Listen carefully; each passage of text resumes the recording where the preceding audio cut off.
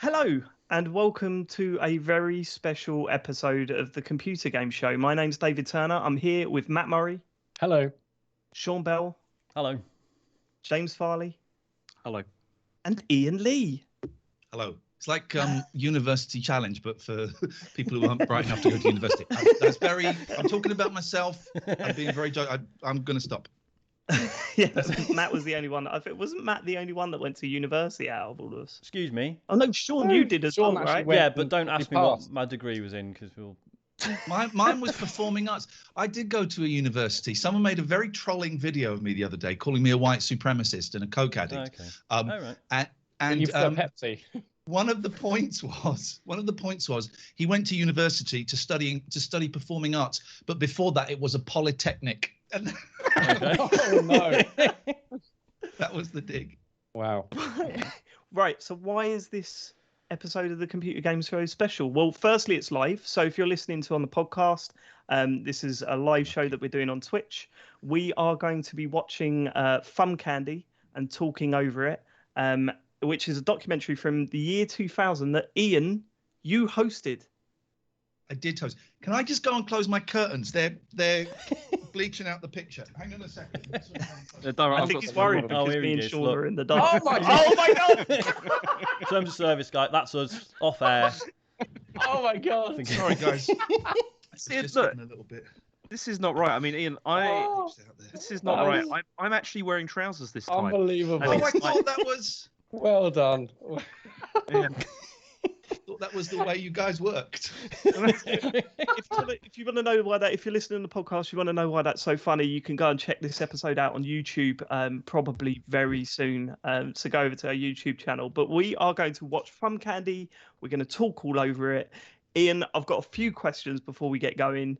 So Yes. this was the year 2000. You were done with the 11 o'clock show at this point? I don't think the 11 o'clock show was done. We would have done the pilot run in 1998 that lasted for 2 weeks, and then we would have done a full 10 or 12 weeks in 1999, and maybe we'd started the kind of third series.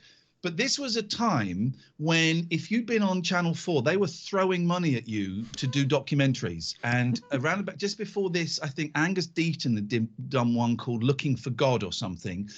And they got me, James Bobin, who directed it, and a guy called Simon Wilson, who went on to be the head of comedy at BBC. They gave us a room at Talkback, and we spent like weeks trying to come up with stuff. The second on the list, the one that we kind of wanted to do before this, was where I would go. What was it? I would go to everywhere. It was something to do with going to places in the Commonwealth or something, and just laughing at how different cultures exist. That was the vibe. Wow. But this was the one that we fell on because we were all big computer games fans. So I mean, that's pretty cool to get to go and do this, especially when computer games on TV back then, it was either, treated like a game show for kids or it was a serious look at how video games are infecting the children's minds. Like, this felt kind of unique when I first, because I saw it back in the day, and I just thought, this is actually talking to the audience like they know about video games on some level. Like, it's not like I'd seen them on TV before.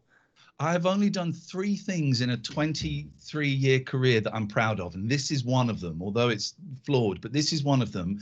And we did it as a straight documentary. Now, the problem was, right, I hadn't been on telly that long, and I'd never done a documentary. And I remember the first day of filming, I don't think it was this arcade, but this was very early on.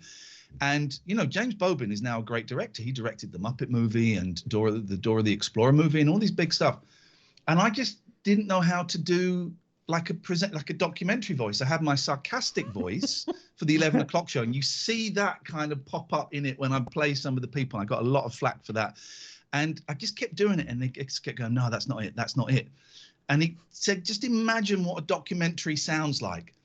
So for a lot of this, I'm talking very, very seriously, like this. I'm doing, and it was, 'cause I didn't know how to do it. I missed that What does day Lou at college. Farouk sound like? I'll just do a Lou Farouk impression. It was exactly that, and so you get in this, you get a combination of me doing my documentary voice and also being the idiot from the 11 o'clock show, and a kind of those bits are going to be a little bit cringy. I haven't seen this since it went out. I've seen bits of it, and people say, oh, they should repeat it. They can't.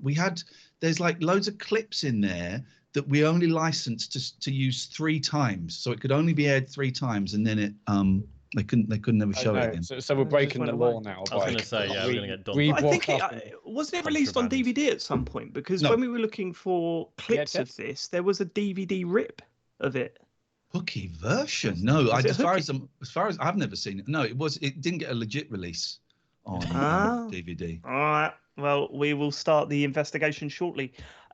Right, should we get going? You guys can ask me anything. Chat can ask me anything. You can take the piss out of bits. There are bits that are definitely worth taking the piss out of. I'm dreading looking at this. I hate watching myself. I hate watching myself in this era. And please notice the T-shirt, because I know you were talking about what I might be wearing. The T-shirt is key in this. So I don't know. There are like a number of little jokes that take you by surprise in this that you've definitely got to just look out for. If you switch off for a moment, you'll miss them. This is what I'm looking forward to, because I saw it when it came out, but I only remember a couple of little bits from it, and I don't remember the whole thing. It's so yeah, I'm excited to see how this works out. And obviously, Ian, feel free to just pause it, and whenever you come up with anything that you remember or something you want to tell us about. Should we get going? I should just quickly say we've had absolutely shitloads of subs and stuff. It's been amazing. Also, Peter Molyneux says, I've not watched this since it aired. I'm scared it won't hold up. Not as scared as Ian, I imagine. You and me both, Peter. Yeah. Is there I mean, even the great, like, we've watched a few episodes of Games Master, haven't we, on our Talks Over series, and that's so loved, and you bring up Games Master, everyone says how much they love it or whatever, but there is some controversial stuff in there. Controversial in what way? Well, the worst bit was the bit with Michael Jackson. I was going to say that was weird. Where they get Michael Jackson and what's his name? Macaulay Culkin impersonators together. To come out. And there's a lot of like sexist stuff as well, wasn't there? Wasn't there a bit where they were in Japan and he was sliding to look up a girl's skirt or something while she was on there stage? Was a lot of that. All of that sort of stuff. But then it's obviously it's awful to look at now. But then back then it just shows you that still funny though, right? I'm joking. I can't complain. I did the 11 o'clock show. Jeez, I mean, God, some of that stuff on there is awful. We had one of the worst things, and even I disagree with this. Is we had I'm not even going to say it. It was so bad. Okay. Well, let's get to it. I'm pretty sure there's none of that in this. I think you're safe. And certainly more safe than if you were going to other cultures around the world and laughing at them. I think that might have been a worse. We were very respectful. We do meet some other cultures, and we were very, very respectful. Cool. Okay, let's get going. Matt. Video games have always been a part of my life, from playing Asteroids very badly at the Montum Sports Centre when I could barely reach the controls, to playing Elite on my BBC Model B with my friend Michael Hall after school. I've always loved them. There's that fucking voice. I've always loved them. This is going to be we're only 12 seconds in already. I want to kill myself. See, you're thinking about that, but I'm thinking about how cool it is that you dropped Michael Hall's name in. Yeah, Matt does that all the time on our show. Yeah. All the time he's dropping the names of people. Great move. Yeah, it was a guy I used to go around his house and play Sam Fox strip poker on his Spectrum and then turn it off when his dad came upstairs. Yeah, if I was doing this, there'd be probably more friends' names that I'll be dropping and playing games. It'd be like, well, actually, Martin Day. Me and Martin Day did this, and can we talk on Mario? No, because me and Sean. Okay. Do you know if they ever heard that? Did they ever hear you say that name on the documentary? A year. So where did video games come? What's that? I said, Ian, did they ever contact you and say, why did you say my name on the documentary? Do you know what? I have been in touch with him occasionally, and yes, he saw it and he thought it was funny. That's brilliant.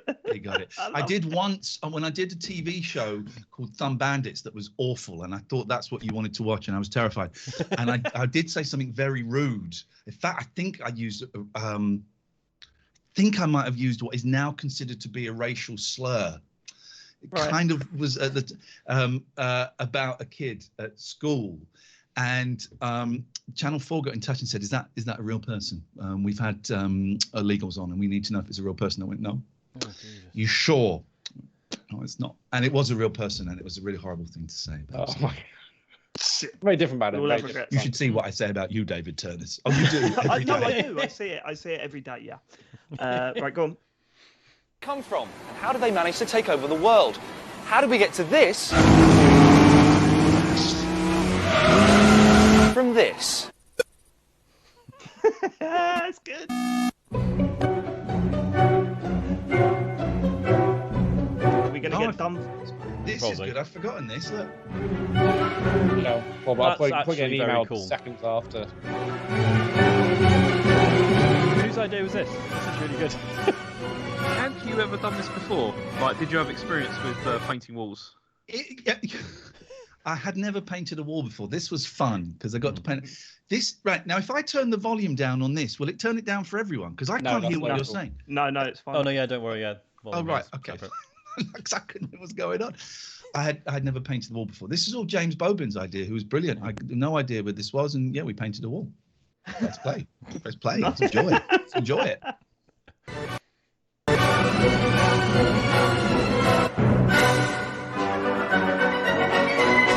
Oh, lost little boy. Computers have been around for a good 20 years before anyone discovered what they'd really been put on the earth to do. Play games. These prehistoric blips represent mankind's first attempts at creating computer games. Bouncing balls appear to have been popular with the programmers. The world's first fully evolved game wouldn't appear until 1961. Rock and roll! Elected its youngest ever president, John F. Kennedy, amid the swirling skirts of rock and roll, the hula hoop, and the chill of the Cold War. I don't remember any of this. Yeah. You don't remember the chill of the Cold War? It's weird when you're taught things by your past self, isn't it? Dollars even then. Yeah, millions mention today. Used by lab-coated university scientists and military boffins as expensive calculators. Boffins. They're only Yes, you got the word. I love that word. It's a very 90s word. Still use it. However, in the autumn of 1961, when the Digital Equipment Corporation delivered this machine, its dinky PDP-1, they had high hopes that the eggheads at the Massachusetts Institute of Technology would come up with something revolutionary for it to do. One young man, Steve Russell... I had great trouble remembering all these words, because there's no autocue. I had to learn these bits. It was a nightmare. This, Space War. Yes. In the early 60s, America was obsessed with space exploration. Computers were playing a vital role in the race to beat Russia to the moon, so it's hardly surprising that the world's very first computer game put university nerds at the thrusters of their very own spaceship. People didn't appreciate what maneuvering a spaceship in space is like. Were you here for these interviews? I was doing most of these interviews. I think I did most of these. I think I did most of these. There's I think there may be one or two I didn't. That's Steve Russell, man. This honestly for me was the equivalent of saying, "Do you want to go and meet all of the Beatles?" Exactly. Yeah, completely. And he was. I mean, he doesn't even look that old there. Everyone's probably dead by now. Who knows? But we met him. We met him in America. I mean, you see, I think we go to a big laboratory. So I wanted to make it realistic. Space War was a two-player game. The aim was to destroy your opponent before he, and of course it always was a he, destroyed you. An idea which is no girls allowed. Once or twice. Having spent most of my life playing video games, I was about to play the man who's to blame for me not being a successful neurosurgeon. Okay, Steve, here we are by a PDP-1, which Space War was written on. We can't get it to work, but 38 years later, we've got an emulator. Did they try to get it to was work? the plan for that to but work, or did you just I assume it think wasn't going to? I think it did work at some point. Okay. You play it so much, they're like, yeah, we can't actually get it to work for the documentary now. We fucked it. I don't remember where this was. This was in the States somewhere. We went to Seattle and LA. About 10 years ago, I guess. Oh, really? Something like that. I've never played it. I'm beating you 3-0. Now, right, there it is. Right. Jesus, I hate that. I got so much flack online for being you wait till we meet the guy who did Space Invaders. I got so much flack for being disrespectful. And this is my one regret, is that I'm an arsehole to these absolute heroes, because awful. But that was funny. The only thing that I'd say to that, right, and like honestly, if you're that into games, like if you're creating games and you're that into it, then isn't that the whole point? Especially if it's a 2-player game, it's that whole competitiveness. I mean, you're not being rude. You're not like it's not trash talking like Xbox Live. But I'm not bandying the N-word around like Xbox Live. My God. You're right, but if this, honestly, I didn't know what I was doing, and if I did it again, I wouldn't go for that slightly sarky tone. I'm a nicer guy now. Okay. Not to me, you're not. No, no, you're right. Maybe I'd be worse. I've been destroyed. Joysticks or keyboard or These switches. So imagine that these 4 switches. Look at this. None of this equipment works. He could just be making all this up, couldn't he? How would you know? You say that, but how much would you want like a panel like that on your desk? Just to Matt, have you got one of those? It doesn't need to work. Yeah, I've got one on third Twitch. Now you'll notice So I run my streams. are resting on a very hard surface or possibly on an angle. Yeah, exactly. It's quite I uncomfortable. bet someone's tried to complete Dark Souls on that.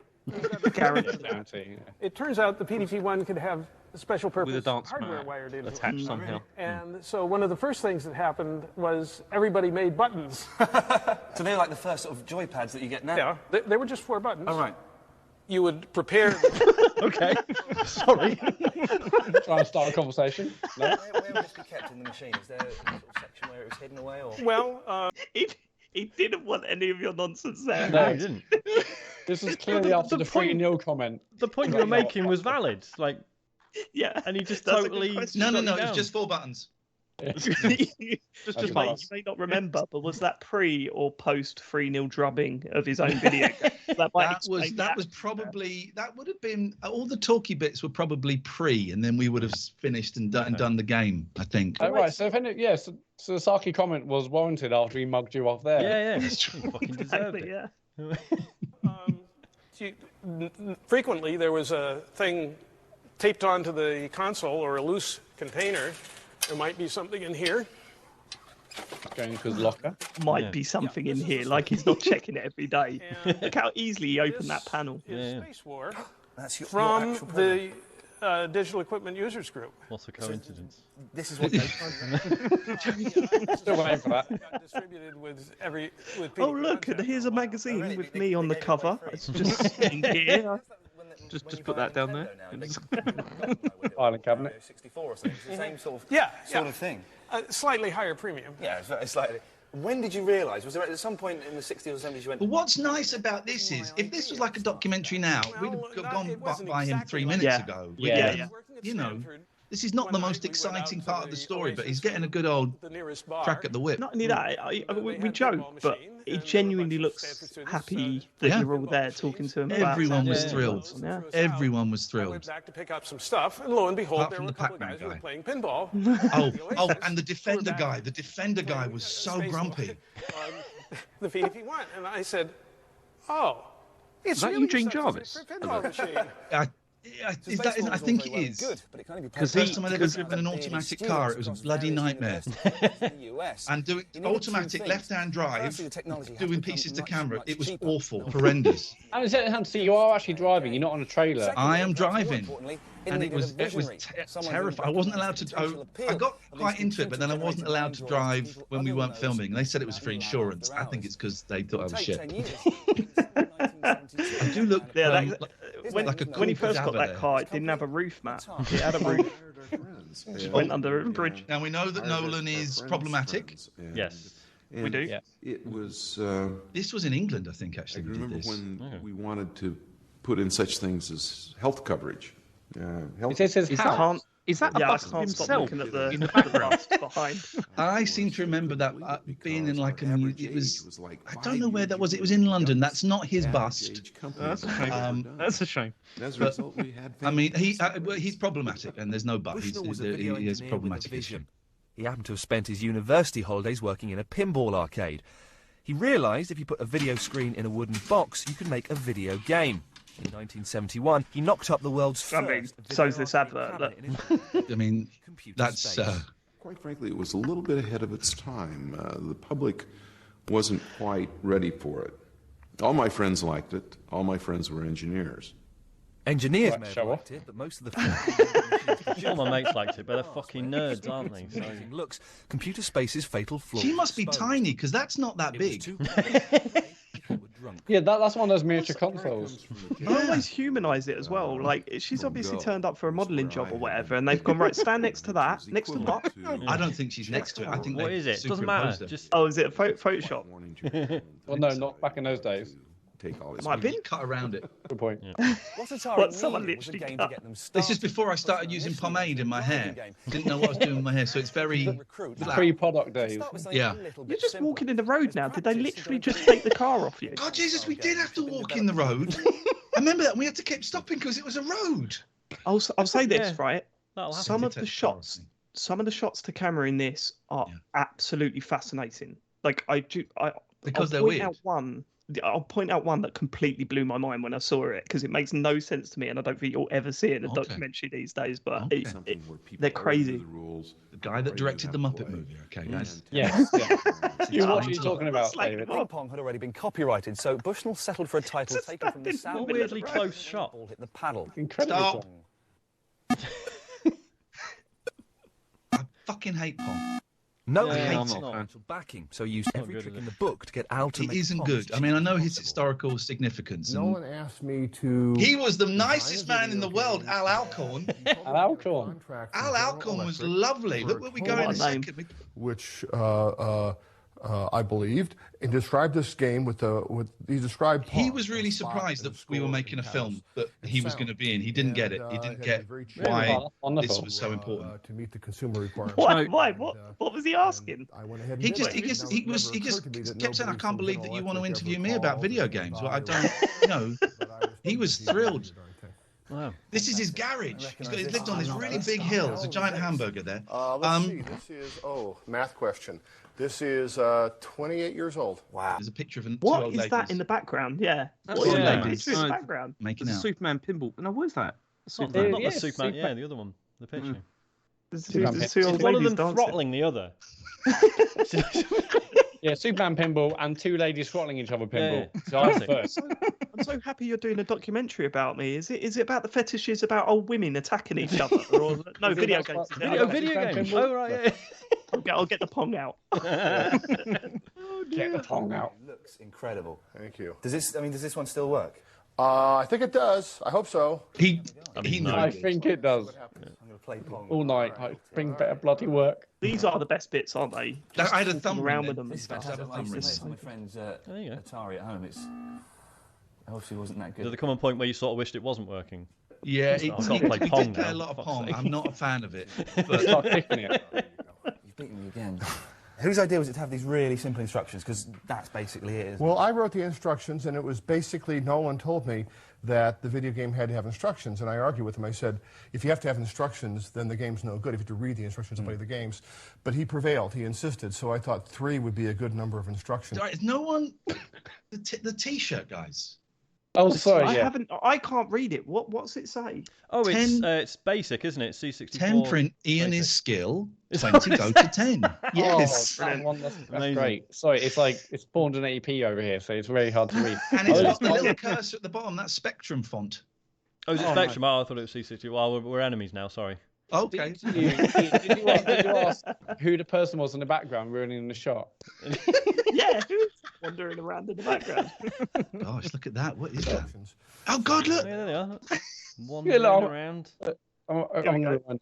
Oh no, we're going to risk a So rewind. I thought Yeah. 3 I've done it. would be a Look, good there you number of There we go. instructions. Yeah. Get out of that shot! That's Simon Wilson. That's Deposit Simon call. Should have Wilson. gone full Christian Bale on We him. want your money. Yeah, Ball will serve automatically. It's true. Avoid missing ball for high score. that should be my epitaph. I like that. His shots! Yeah, he's loving Can the we have a look at shorts. the back of it? Sure, See, sure. James, this is the man you could be. All right, Yeah. well, you have There's a, no way. I you have first- don't wear you shorts. have a, This is cool looking in here because I kind of expected it to be a technological marvel, Mm. and it is. I mean, and this was cool as well. This is like Paul McCartney showing me his Hofner bass or something. Yeah. It's always weird when you look inside arcade units and you expect them to be like all, flashing and all, and it is literally just bits of wood propping up It's a like telly and a little a speaker. tray or something. And like a bucket in the bottom to catch all the money. Japan's still alive after 28 years. I bought a consumer TV and a transformer. There's nothing in here. And It was in disguise, yeah. There's the computer board is here, the logic board with 76 ICs. I believe this one is Optimus Prime. Optimus Pong. Sure. Sure. Oh, that's the bit where the money goes in. Yeah, little tray. Yeah, I mean, it was cheap and available, and yeah. That is incredible. This is. So low security, but the nice. And I found out later. You've gone. You don't even know you're being filmed at the moment. I am pleasuring him to say out. But for me, it was fun when I was. I hadn't noticed that burger before. That's I think I've worked out that he does art, and he's just trying to get as much of his pieces in shots. No, he worked in Burger King. She must have made $10. That's his garage or garage. Look at the size of that thing. Yeah, it's mental, isn't it? was a global success. I love stuff like this. Inspired numerous copies worldwide. This was the British version. You can move up and down. That's my tennis racket, is it? Yes. I have a similar control. I love these old BBC clips of games. So it's so funny, isn't it? Like they can only talk about it in terms of it being analogous to tennis. No, I missed. It's like, oh, that's my racket, and it's like, yeah, I guess. 30, love. Oh, that's a racket, no, sure. I'm absolutely duff at it, I think. She's duff at it. Wicked. She's duff at it. Now, There we go, look, I'm driving. Oh no, not here. Oh, this was amazing. This is drive me around where Atari was. This was cool. They wouldn't let me drive him.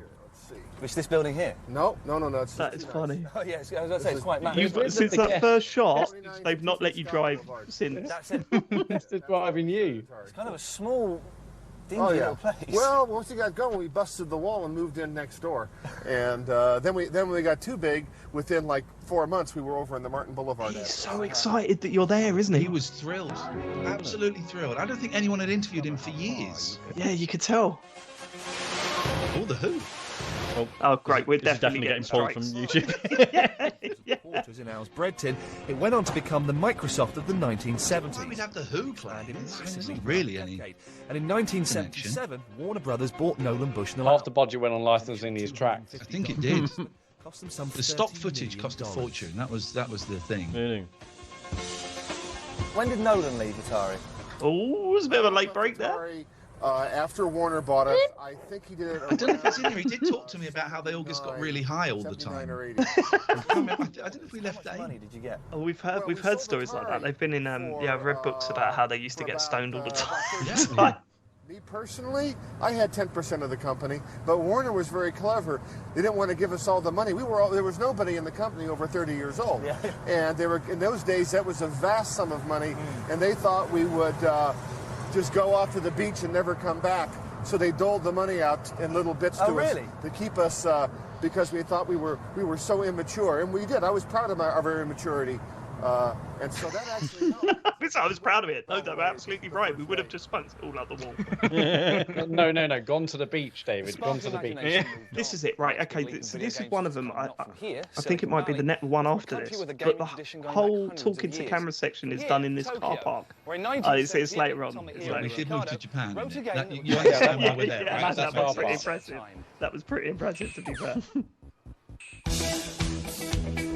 In the mid-1970s, this is the first time I'd ever been to far too Japan, busy and it was playing just pachinko to be bothered with it was the American coolest thing. I loved it. Yeah.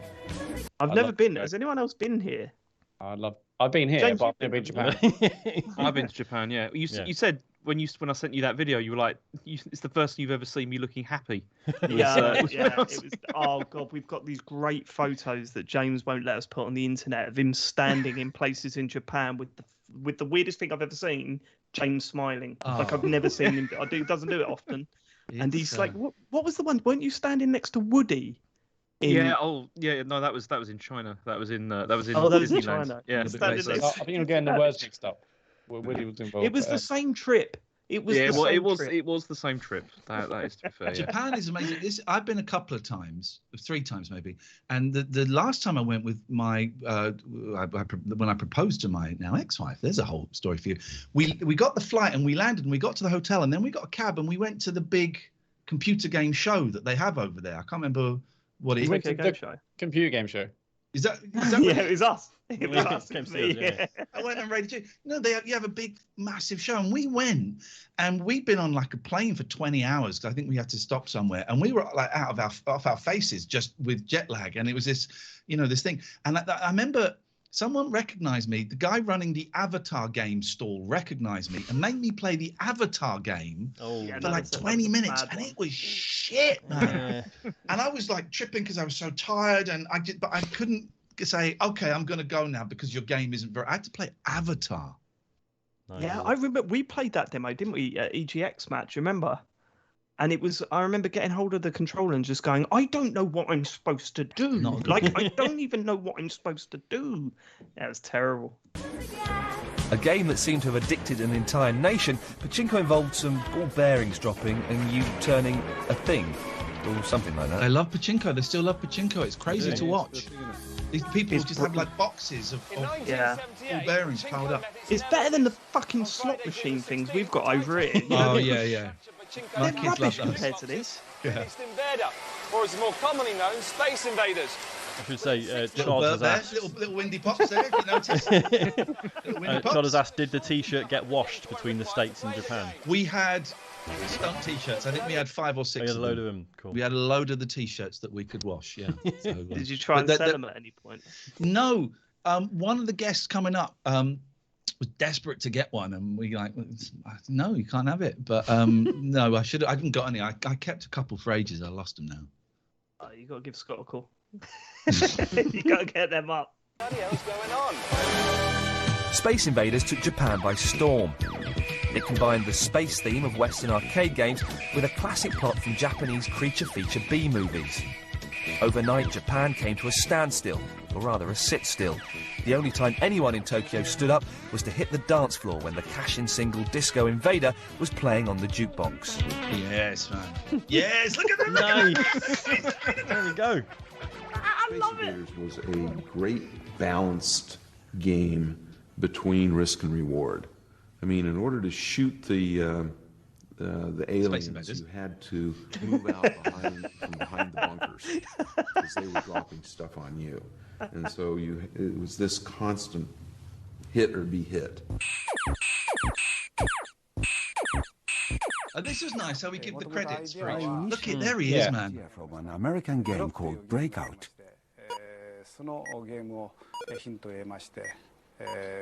But whereas in Breakout, and it's good that we've got a Japanese person doing the voiceover. We were ahead of the game here, guys. We really were. Game.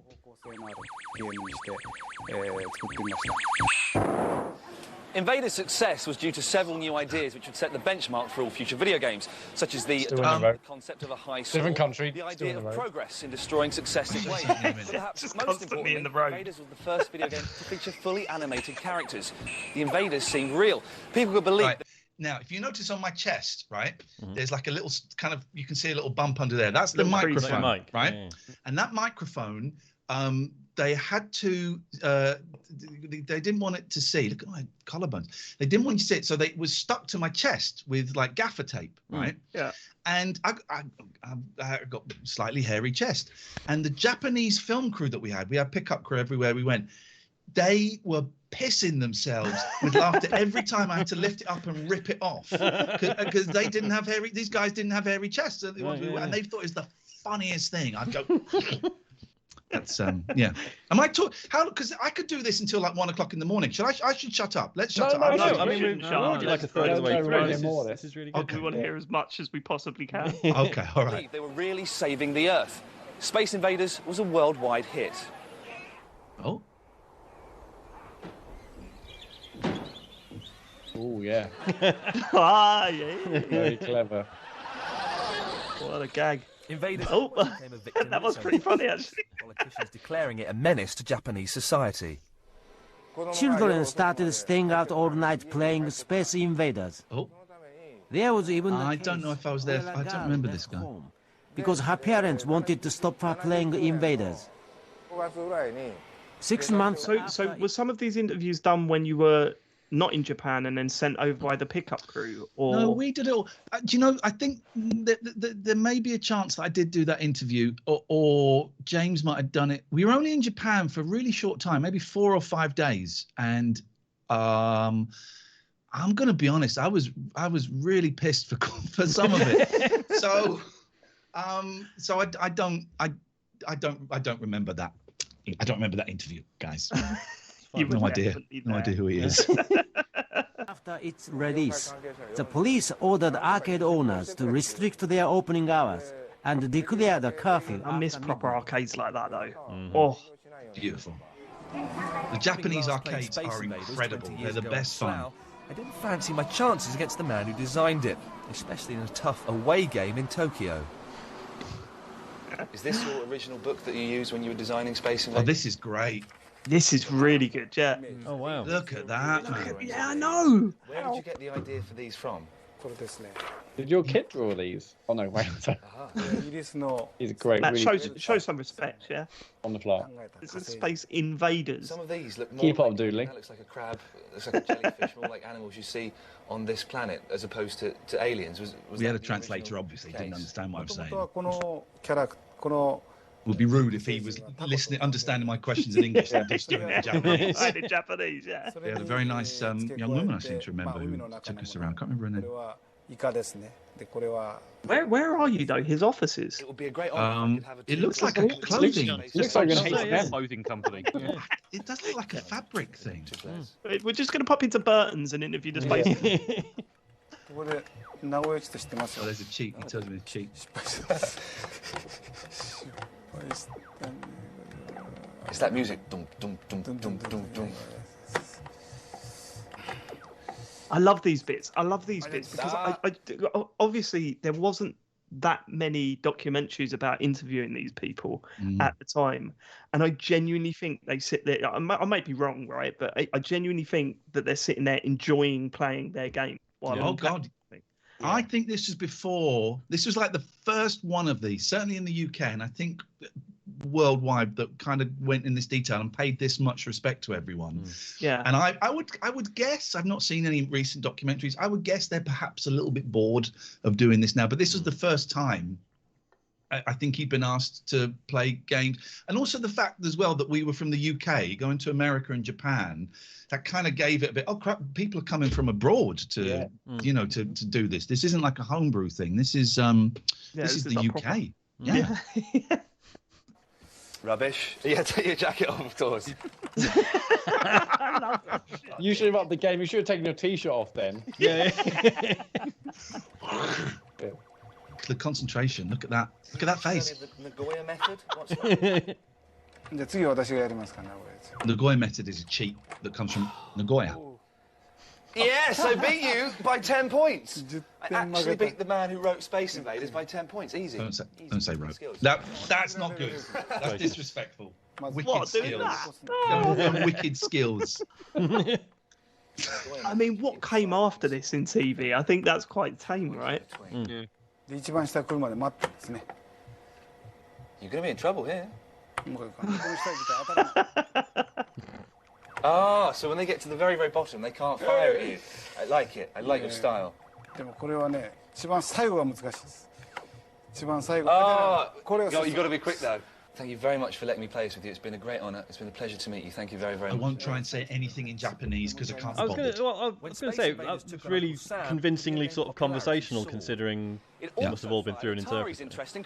And you're saying that's the one that got you into the most heat?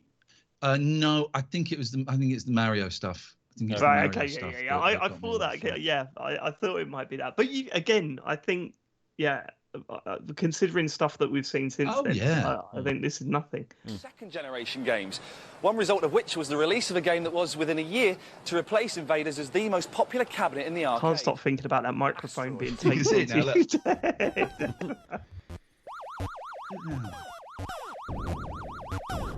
We don't know for sure, but we have estimated Don. It's Big Don. The sales director. Donnie O, yeah. Donnie O. $10 million. Donnie O. He's a great guy. He used to hit people in the face constantly through development. That's a joke. I'm making that up. That's not real. Previous game. 5. Only the hard kids could cope with rotate left, rotate right, thrust, fire, and hyperspace. This is great. Look, it's a very simple joke, but made me laugh a lot. Hall of Fame at the Montum Sports Centre. Asteroids come out. I know Ed was going. It was Ed Logg. He was was it? Was he the miserable one? I thought it was the Defender guy. Yeah, Maybe Ed was glasses nice as well. Yeah. So get a level on them, lad. Generally not very happy about talking about it. Or No. The Defender guy. Oh, Stephen Poole. Okay, it's a really good book. Really good book. Yeah, I love that book. Yeah. And so it looked very. The Defender guy he had hives, and I didn't know what hives were. Hives is like a rash, I think. Yeah. And he was just like he was really grumpy because he had hives and was obviously quite uncomfortable, and I don't think he really wanted to be there. It was a very strange thing. You have to put it on field test. When you put it on field test, you take it out to a location, see how much money it makes. I remember on first field test, watching some guy come up, put his quarter. Oh no, he was nice. Rush Rock was 15 nice. seconds, 20 seconds. You know, it's just, and then he pulled another quarter out. Was Rush Rock? And to me, that was Rush Rock. You know Rush Rock? Usually anybody who dies No. in 15, 20 seconds. Ed Logg's Rush Rock? Man, this game's too hard. I'm Rush Rock. Massive game had one. We'll talk about it afterwards. This is it. This is the shot I love. This is the shot that I love, and I don't think you'll ever see this in a documentary again. Literally in a car park, leaning on a trolley. Outside shopping malls that they have. What is that about? Is it literally just? I mean, this must have been planned, right? You or did you just go? Oh, let's just do this bit here. Oh no, this is a great shot. Love how we need a trolley. We need a trolley. We need a trolley. Got a trolley. What was the thought? No idea. Or was the trolley just there and the director was just like, hang on a minute? No. I know what it is. There's a bollard. No, there's a bollard next to there's a bollard between Ian and the trolley, I think. So he's sitting on the bollard. I'm sat on the bollard. Okay. But Why? nobody was like, should we just move the trolley? Or he's actually in a studio and that's green screen. Yeah, They said, well, we can have anything. Is there someone in that? See that black car to the left? Is there someone poking their head out? Yeah, It does look like it's that, the yeah. same person who walked behind the other shot. Ready? It's Simon Three. Wilson again. Right, ready? 3, 2, 1. Apparent to anyone with an IQ and No. double figures that if Yes, you it is! and destroyed all but one of the large. Leaning out the window, going, Why didn't you redo the shot? No, That person's going, why are they filming in a parking lot? Pretending they're leaning on a against the trolley? trolley. Someone walking up to them afterwards. Yeah, can you sign this release, please? Because we really like this setting. Slow-moving asteroids, you could easily pick off the tiny flying saucers for 1,000 points each. This technique became. I love asteroids. What a game! I can still play that for a while. I love it. Available at every 10,000 points. They're still hanging out the window. Look. That shows I can do it in one take. 18-year-old Greg Nice. Davies scored 15 million points, played 31 hours on one quarter. Oh, get a life. Get a life. Absolute. I remember at the time I tried Jesus, looking. grow I up. remember trying it at one point in development and decided, you know. Rush Rock, isn't it? I'd spent a lot of time at the Montum Sports Centre lurking, not on asteroids, but round the girls' changing rooms. Maybe Ed could teach. Whoa! Hang on a minute. That was a joke. That was a little bit, Jeff. sorry, that was not good. I missed that. Should we go back? Do we Yeah, want to that's hear it again? It was this guy that was miserable. Yeah, we Okay. do. We have to, in the spirit of honesty, we have to listen to it again. Go on, Matt. You rewind it. But round the girls' changing. I'd spent a lot of time at the Montum Sports Centre lurking, not on asteroids, but round the girls' changing rooms. Maybe That implies I'm a sex criminal. Yeah, that doesn't work. I mean, obviously, you know, there's the problematic side of it as well. But the joke is literally, yeah, I'm I'm a sex criminal. It was him. It was this guy that was miserable. It wasn't Defender. It was him, and he had hives, and he really didn't want to be there. Right. Okay, and I didn't want to be with Rush Rock. Let's see if we can pick up on his on his hivey vibe. On his hivey vibe. Nope, not necessary. No, yeah, straight away. Yes. Oh, that's fantastic. Every gamer's dream. Should we have a two-player game? Sure. No, I've got hives. Lovely. I'll be player one. I'm not very good. This is how you play asteroids. I've got to admit, when I was a kid, I found this game much too hard to play. Yeah, like hives. 20 seconds. Like I did there. That's embarrassing. Fair play, you are the bloke that wrote it though, so you should be beating me. That doesn't guarantee anything. But do you think that the fact you can actually put in your initials made it more addictive? Because you felt like you were interacting with it more? Yes. Oops. Got the last rock. Does this interview going to last much longer? I need to scratch. Actually, my God. We started putting sensors. He might have just been a DJ. Maybe he made the whole Hives thing up. This And is he just actually really her wanted to name. scratch his decks. She bought this song before she met me. Is that what DJs do, isn't it? Yeah. No. Good. I'd like to think it's because I was a good guy. Right. Alongside He's in the road again. He's in the road again. games. Someone, Look, everyone rubbernecking behind. Someone Slowing right down. Someone What is that next to you? Yeah, what is Said, that on the look, floor? That looks Is like that a roadkill? dead ostrich or something. Man. This is someone weird, at, isn't someone at Channel 4 said, look, we need to get rid of Ian. We need to get rid of him. Let's too give big him for a his boots. documentary. And, it looks, we could claim on insurance if he dies on the job. Let's just stick him in roads. Loads of roads. Look at it. And they are going really fast as well. Yeah, it's a really busy road. Look at that. Well, okay. So here's a question. How the fuck did you get into the middle of it? I had to run across. I do vaguely remember having to run across, and we had to do these quite a lot. The pieces to camera, I had to remember them, and I could never remember them. If you see an edit in the piece to camera, it's because we tried it for 20 minutes, and then they went, "Okay, we'll split it." But I remember standing there for quite a long time because I couldn't get this freaking piece to camera right. Okay, one more question then. Yes, if sir. you did have to run across the road, why didn't they set a camera up high and put the Frogger sound effects over the top of it? Williams released Defender, written by Eugene Jarvis, which devoured $1.5 billion in quarters during its lifetime. Atari launched Missile Command by Dave Thurer. God, that's just going. And Battlezone by Ed Rotberg. And how did you not have people honking you? Surely that's... You see a camera, you see We a would have presenter. done. We would have done. Have you got a camera out by a road, you get honked. The early 80s. Oh yeah, you can edit. I forgot. Sorry. Oh, yeah. Magnavox Yeah, David, this isn't live. First in 1972. But it's This was recorded years ago. Sorry, yeah, TCGS that came to sit in every American teenager. I had one of those. Alongside One a of those bad boys. They looked amazing, but I think there's only so far you can go back with retro games before they get too shit to play. Yeah. Atari is definitely not good. There's a road. Atari is definitely not playable. Yeah, anything pre-Xbox One, PS4 era, forget about it. Yeah. The story goes that Atari had been working on Pac-Man. Oh, hang on a minute. I just did one of those. I love watching A Place in the Sun, right? But this is the real horrible TV thing I hate, where you do a piece to camera and then you walk out of shot. Where the fuck are you going? Where are you going? You've got to hang around for the crew anyway. Where are you going? The next road. To go and get some food, Meanwhile, obviously. looked elsewhere that's for what the inspiration. next choice. In early 1980, Toru Iwatani, a young Namco programmer, found his big idea inside a pizza box. You can hear Bank of America. He's off. No, there you go. I do not believe the pizza story at all. Based on a Japanese nursery rhyme. And you're going to hear a great Pac-Man song in a minute. I don't believe this story. The Pac-Man guy was very peculiar. About it for a few days. We should also say as well, when we've been talking about doing this, I can't remember if you said this on the show or not, James, but you were obsessed with this bit. Yeah. Do you know have you remembered correctly? I think so, yeah. Because I remember this really clearly because I watched this with my ex-girlfriend. We weren't together that long after this, but it's Is this the reason? Definitely yeah. But I think Actually, Ian, this is why we've set this whole thing up. James is going to take legal action. And, but no, because it was this bit which I remember, like I couldn't stop laughing at for some reason. Because it's funny. Yeah. James, is this why you never show joy anymore?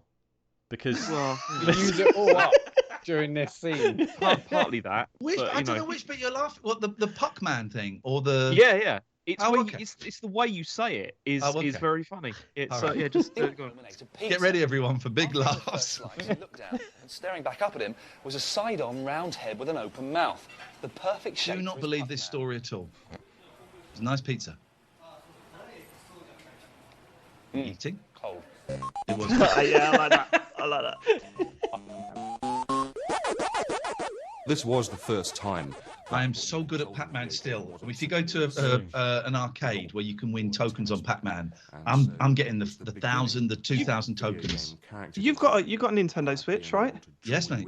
You know that there's a free version of Pac-Man, like Battle Royale Pac-Man on it. It's called Pac-Man 99, and yes, I do. I made this documentary. Here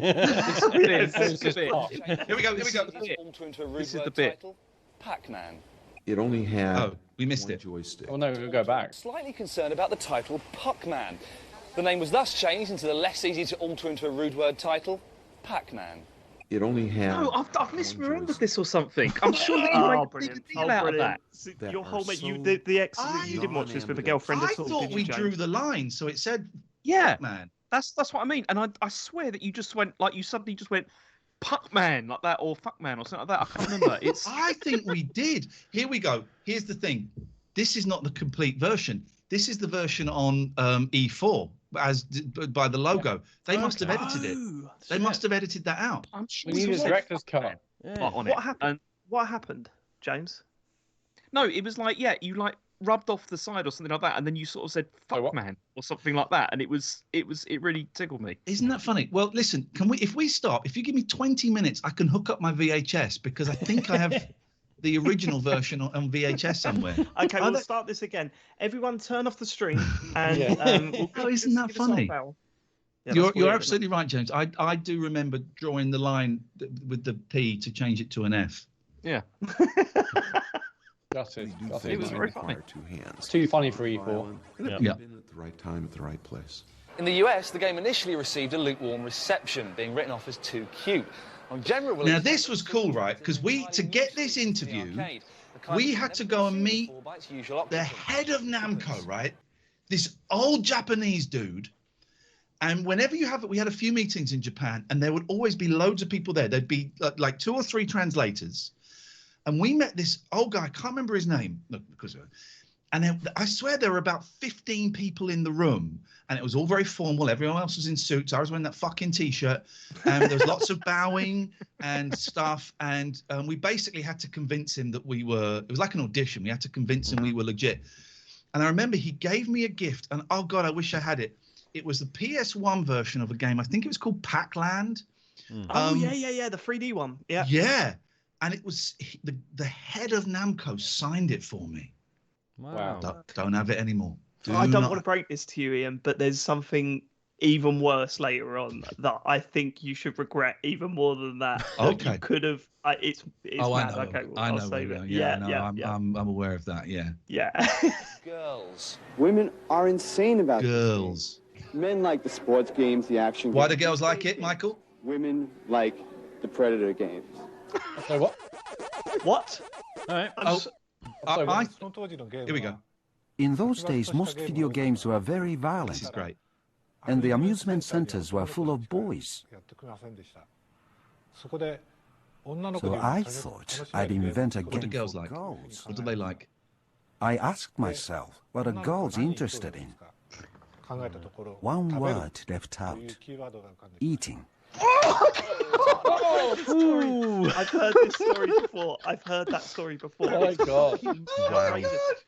And Go on, David. Sorry. Because it didn't do as well with female gamers as they initially thought, Namco, Right. and that's part of the reason why they put a bow on Ms. Pac-Man, right? Right. Yeah. That's right, isn't it? Because it was a modified version of the game. There's this whole story about actually Ms. Pac-Man wasn't made by them. It was modified by someone in America, and then they bought it and let them use the name Pac-Man. But they put a bow on to try and get more female gamers involved. But that is, I mean, what a ridiculous board for he was a really strange guy. I have this theory that they just keep him prisoner in Namco and they bring him out to talk about this. Because he was when we met the Space Invader with all the Americans, we met them on their own.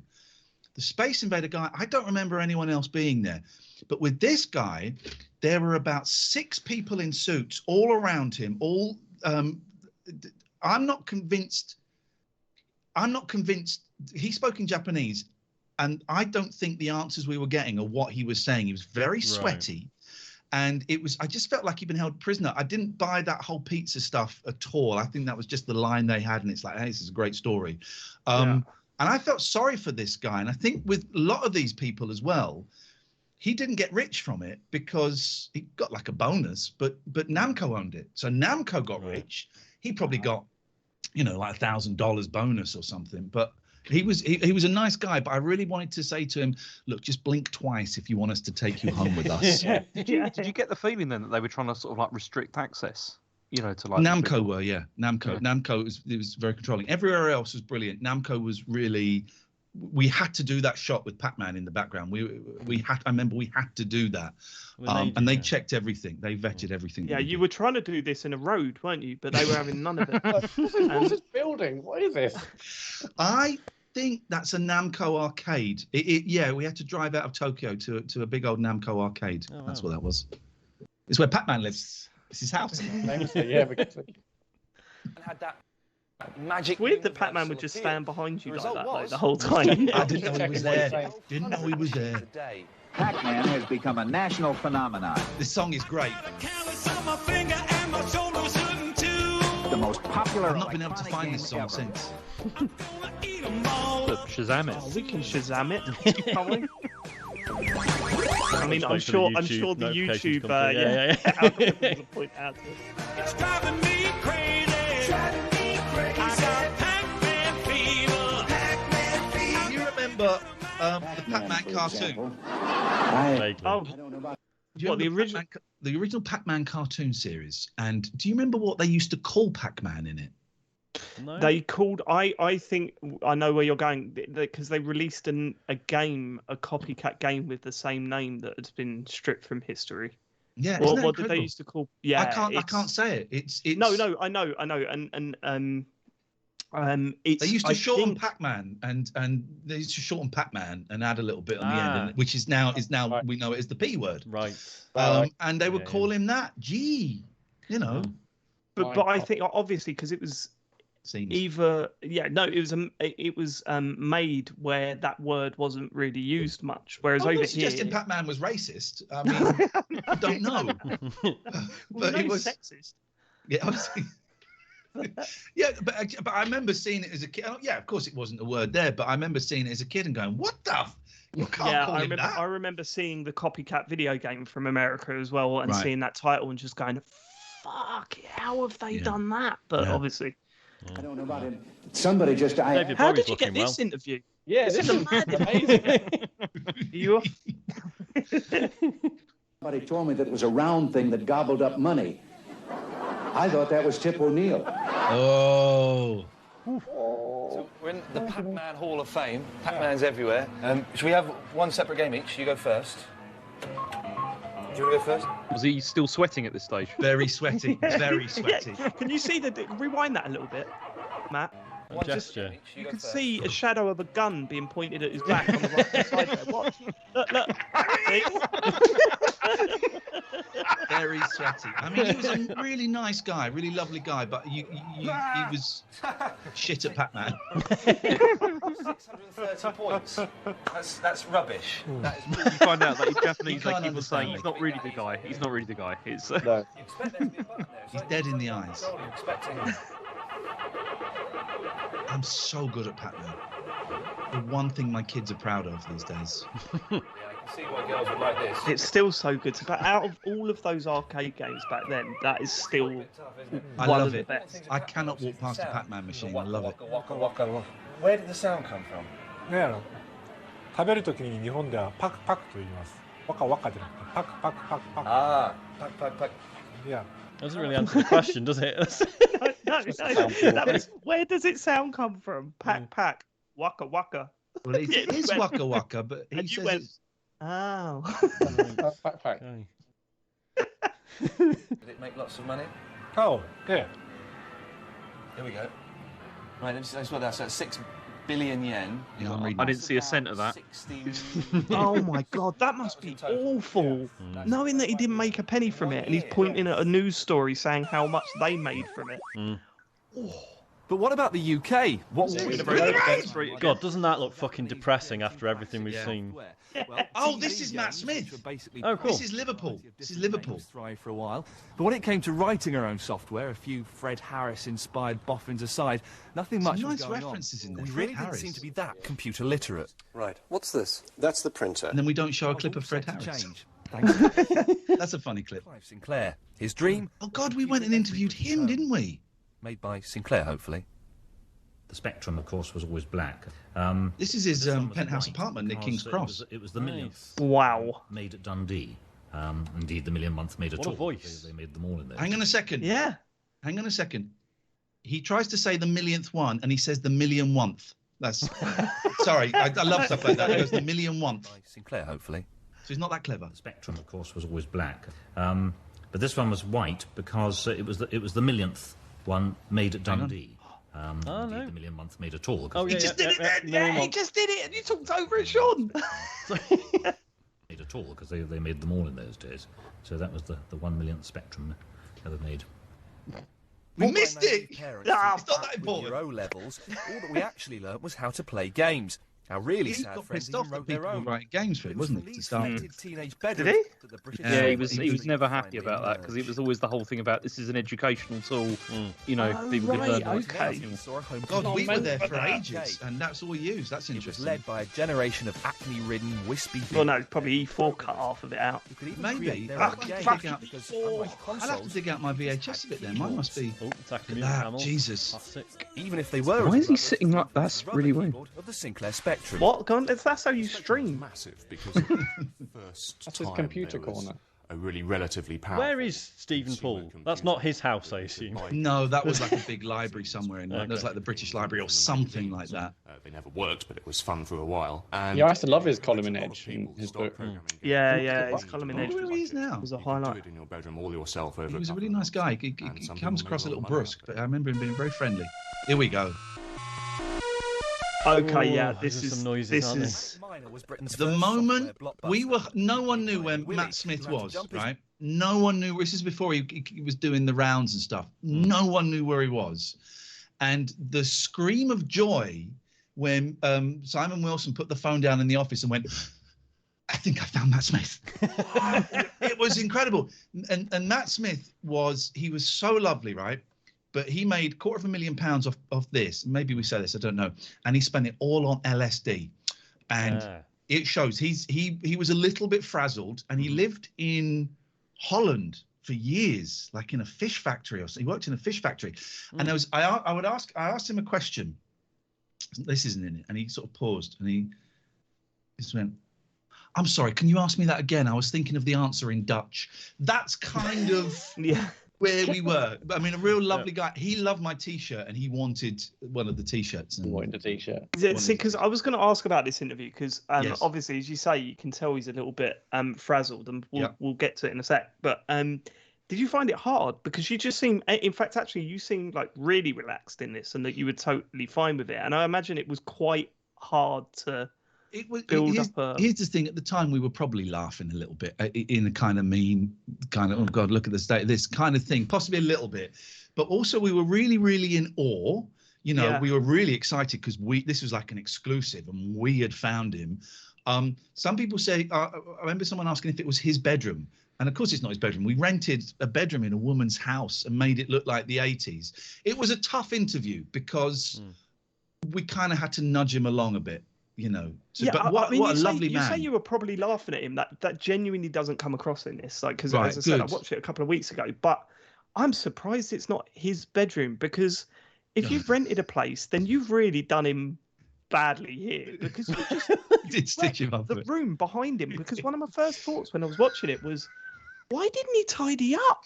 We wanted it to look like an 80s kid's bedroom, right? Like when you do some home programming, and then actually it looks like, with his slightly disheveled mind, that is what his life is like. He's stuck in a time bubble. Okay. Yeah, other people are in museums and stuff, and then you've got. To a continuous soundtrack, which had previously been thought impossible. I hate to do Manic on the Miner. It's single-player too machine. hard. It also had a very British sense of humour. When you died, a Python-esque foot descended to crush the hapless He was miner. such a nice guy. As if that weren't daunting We enough, all felt a little there bit were sorry also for him when he walked jellyfish off. and flying lavatories to contend with. And here's Matthew Smith. Matthew, how on earth do you come to Oh write? wow, I didn't. I Manic Miner. I do shut myself away for a while to actually get the program written. Matthew Smith became very wealthy very quickly with the success of Manic Miner and its sequel, Jet Set Willy. But then he disappeared. He stopped writing games. When you do documentary programs like this, talking head things, of which I have done, they will ask you questions and you will answer them. And then at the end of the shoot, they'll go, we really need someone to say Matthew Smith made a lot of money very young and then he disappeared. Would you mind saying that for us? And I remember the way he says that was one of those moments. It depends. Wow. If I tend to say no now to those things. Sometimes if I just want to get out, I say, yeah, sure, whatever. But that was one of those things where we'd say, could you say Matthew Smith made a lot of money when he was very young and then he disappeared, please, Stephen? Thank you. And he vanished into video game myth. For the past few years, there's this is all headlines, isn't it? Yeah. He's like Chris Morris. And people have been. And the crazy thing is that no one's had him on a documentary before, and I don't think it will ever happen. Look at that website. Where is Matthew Smith? Isn't it funny? We all pronounce that differently. I said A, David said and someone said It's not funny. We all read that differently. Sorry. Hang on, did you create this website for this as well? Was this like a... No, we didn't. I'm trying to see. It's not an angel fire, is it? No, it's like demon or it's demon.co.uk. Yeah. Let's recreate it. Let's get it up on our website, Matt. Guys, if anyone's watching, if you can get this done by the end of the show, you get a free computer game show T-shirt. How about that? No. Oh, that's very generous of you. you. Loads of those recently. According to some rumours, he was planting tulips in Amsterdam. Other people claim to have heard him calling in on radio talk shows or seeing him in the local supermarket. I think it's going to get to a stage where one person can't write a whole game. I was 17 when I wrote Manic Miner. From start to finish. Lovely Matt Smith. I was in Italy drawing pictures of some levels with some water running down. He seems more with it than I remember, actually. In 8 weeks, the eyes, does, though. yeah, it does. Yeah. I think it's the fake bedroom shot. So I've seen this bit because I remember someone posted this on a forum I was on, and they were like, "Oh my God, there's this documentary, and someone's found Matt Smith, and they just clipped this bit." So, really? Yeah, so I have seen it. Yeah. So I had to work at night. My favourite monster in Manic Miner. I got the most compliments on 69p for a 2 litre bottle of Coke. That I thought of as well, yeah. You wouldn't get even fucking canned for that these days, would you, Jay? Very much an inspiration. The game he wrote was Miner 2049er, which was a little man jumping around on platforms, collecting things and avoiding the baddies. Sounds like a winner. I like it. You've just done yourself out a load of money. We've got a Spectrum. Right, well, let's load up. Look at that bedroom. That could have been his bike as well. Wait until you see behind him. That might have been his bike. I think he did ride off on a bike. I made the first screen fairly He seems so much more with it than I remember. Isn't that interesting? A stranger to... Also, that facial hair is quite stylish by modern standards, whereas back then it probably was quite unhinged. Steampunk. A simple mistake like that is enough to end it all. Where did the boot come from that kills you? Yeah, set dressing was almost too good. It was too convincing. This looks like he lives there. There's a nice Zeppelin poster in the background. That was all put up. We put everything up there. That was... What is that on the bed? Is it just bits of newspaper on his bed? Yeah. Not his bed. Just out of interest. Is that a Where's Wally bedspread? Was he not curious as to why he was being interviewed in somebody else's bedroom that had been made up to look like the 80s? And who left all the tissues here? I think there are some tissues. I think we probably did do that. Way too convincing. Way too authentic. So did you tell him the show was Iain Lee's bedroom? No, this isn't supposed to be your bedroom. It's supposed to be mine. So just out of interest, Ian, when you said like we did up the room and stuff, was this like a small enough production that you were physically helping out with this stuff, or were you very much like, no, I'm the host? Actually, no. It was us. It was so the people there would have been me, Simon Wilson, who was like the runner. James Bobin, a cameraman. I'm guessing in the UK we used our friend Jade. Back in those days, you'd have had a sound guy as well. Actually, you don't get sound guys anymore. We would have had a sound guy. So actually, it's quite a big crew by today's comparisons. But that was it. And we had our friend Leo was in the office, kind of coordinating it all. But we would have taken the stuff up and we would have dressed the set. Yeah. Cool. Manic Miner, this is the first game. Jet Set Willy is the sequel to it, isn't it? It's the same character and stuff. How long did that take to? It was a slog getting Jet Set Willy finished. Were they really pressuring you? He didn't finish it. It's all glitchy, isn't it? Getting people phoning you up saying, "Come on, Matt, you've Yeah, got to do this." yeah. The assumption was it's once you do one in a certain time, you can keep doing it in the same time. Every Spectrum owner eagerly awaited the final release of the trilogy, the now legendary Miner Willy Meets the Taxman. Oh. Wasn't there supposed to be a third one? Jet Set Willy Meets the Taxman or something? Yeah. What happened to that? Is that? The Taxman was way at the back of the queue there. Oh, really? Without being rude, how much did you make from Manic Miner? I did have a substantial sum, but I expected a whole lot more, so I spent what I had. Fairly foolishly. You are the stuff of legend. You are a legend. There's no doubt about it. In this sort of world, you are. Can I run past some This bit's nice on the net about you, and you can just tell us if it's true or if it's false. You lived in Holland in a commune. This is When did that happen? That was a great time. 95. Okay. I love the answer to this.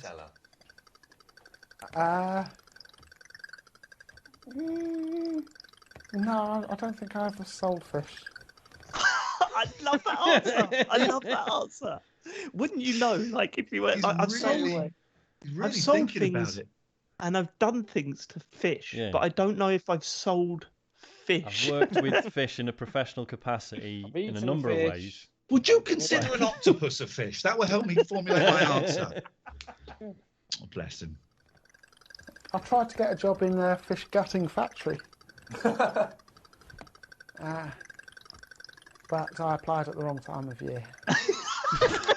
Okay. Is there a sadder sentence then? I tried to get a job in a fish gutting factory, but I applied at the wrong time of year. I mean, that's got to be intended, right? That was a joke. That must have been a joke. There are, sort of a lot of people interested in what you're doing now. 20 years after you wrote this. Well, everything comes around and goes around. Like 5 years after I did it, I was a washout, and 10 years after I did it, I was history. But coming up to 20 years now, and I'm a legend. Oh, what a sentence! Yeah, how good is that? That's so good. Brilliant. Yeah, I love that bit so much.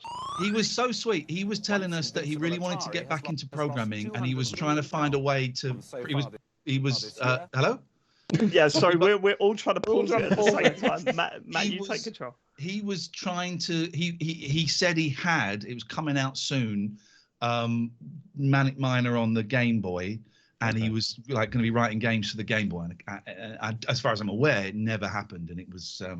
I felt really sorry for him. He was such a nice lad who, imagine making £250,000 when you're, what was he, 16, 17. And what do you do with it? Working class lad suddenly is rich. I wish people like that had help. Back in the day, I mean, the business was absolutely horrendous for stuff like that. You had these huge companies getting one person to make a game, making a ridiculous amount of money out of it, and they just, I guess, I don't know. I mean, it lasted a long time, that practice, didn't it? Yeah. It wasn't overturned quickly.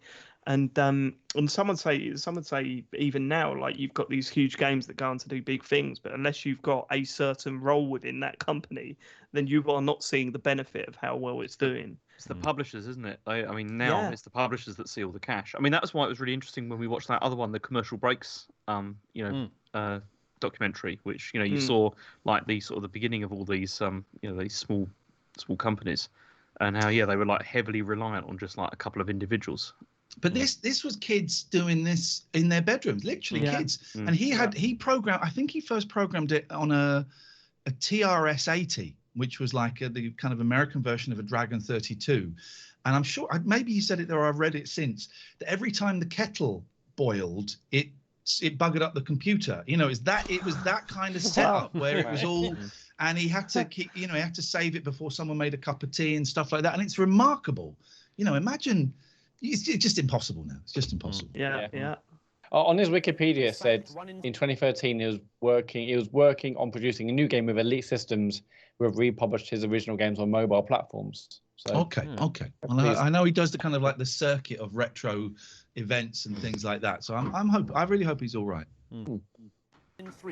Suddenly, in 1983, the American video game industry hit a brick wall. Not since 1929 has an industry fallen so far, so fast. In this neighborhood in Florida, the Chuck E. Cheese video arcade closed down. Supercade Amusements. I was expecting you to walk in shot on that. Once stood Dollhouse 3, a strip joint. Arcades weren't the only ones in trouble. The console market also collapsed. Powerful home computers made machines like Atari's 8-year-old VCS We've only got seem prehistoric. 13 minutes left. We seem to have a long way to go in the story. I wonder how much they've cut out. Is the ending missing in this? We're still in 83. I don't know. We're going to find out. We're going to midway through, aren't we? It's going to suddenly end. Yeah, we get to credits. Okay, all right. Imperial capital of Kyoto. For over 80 years, it produced traditional Hanafuda playing cards. But in the 1960s, it diversified that music. the novelty toy market. Board games, beam guns, and love testers. What? I think you heard right, Matt. Love tester. In 1974, Nintendo produced its first video game, an electronic version of the traditional Japanese game, Go. But it was in the home console market that Nintendo was to have the biggest impact. The language of a generation changed as Nintendo firmly replaced Atari in the American vocabulary. God, it's so important, isn't it? It's ridiculous, but that... That building just over there in 1983. Just down the street. This was just, these are houses there. It's just down the street in the middle of nowhere. Mario. There were a lot of people out of shot for the interview with Shigeru Miyamoto. He's not big. Really?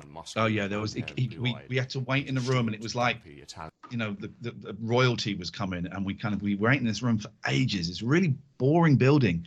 We're just waiting in this room, and then suddenly, I think someone came and said he's coming, and there were about 15 people with him, and man alive, he's so fucking sexy. He's just got. You know, he's one of those people that walks in a room, you're like, oh my God, it's not about looks or anything. It's just this aura that he's got coming off him. He's magnificent, wonderful. It's funny, you see people that are like at the top of their industry or whatever. And and I suppose when you see someone like Shigeru Miyamoto, you can't dislike the man. No. Do you know what I mean? And all right, we've only seen interviews. We only get to see a very specific side of him.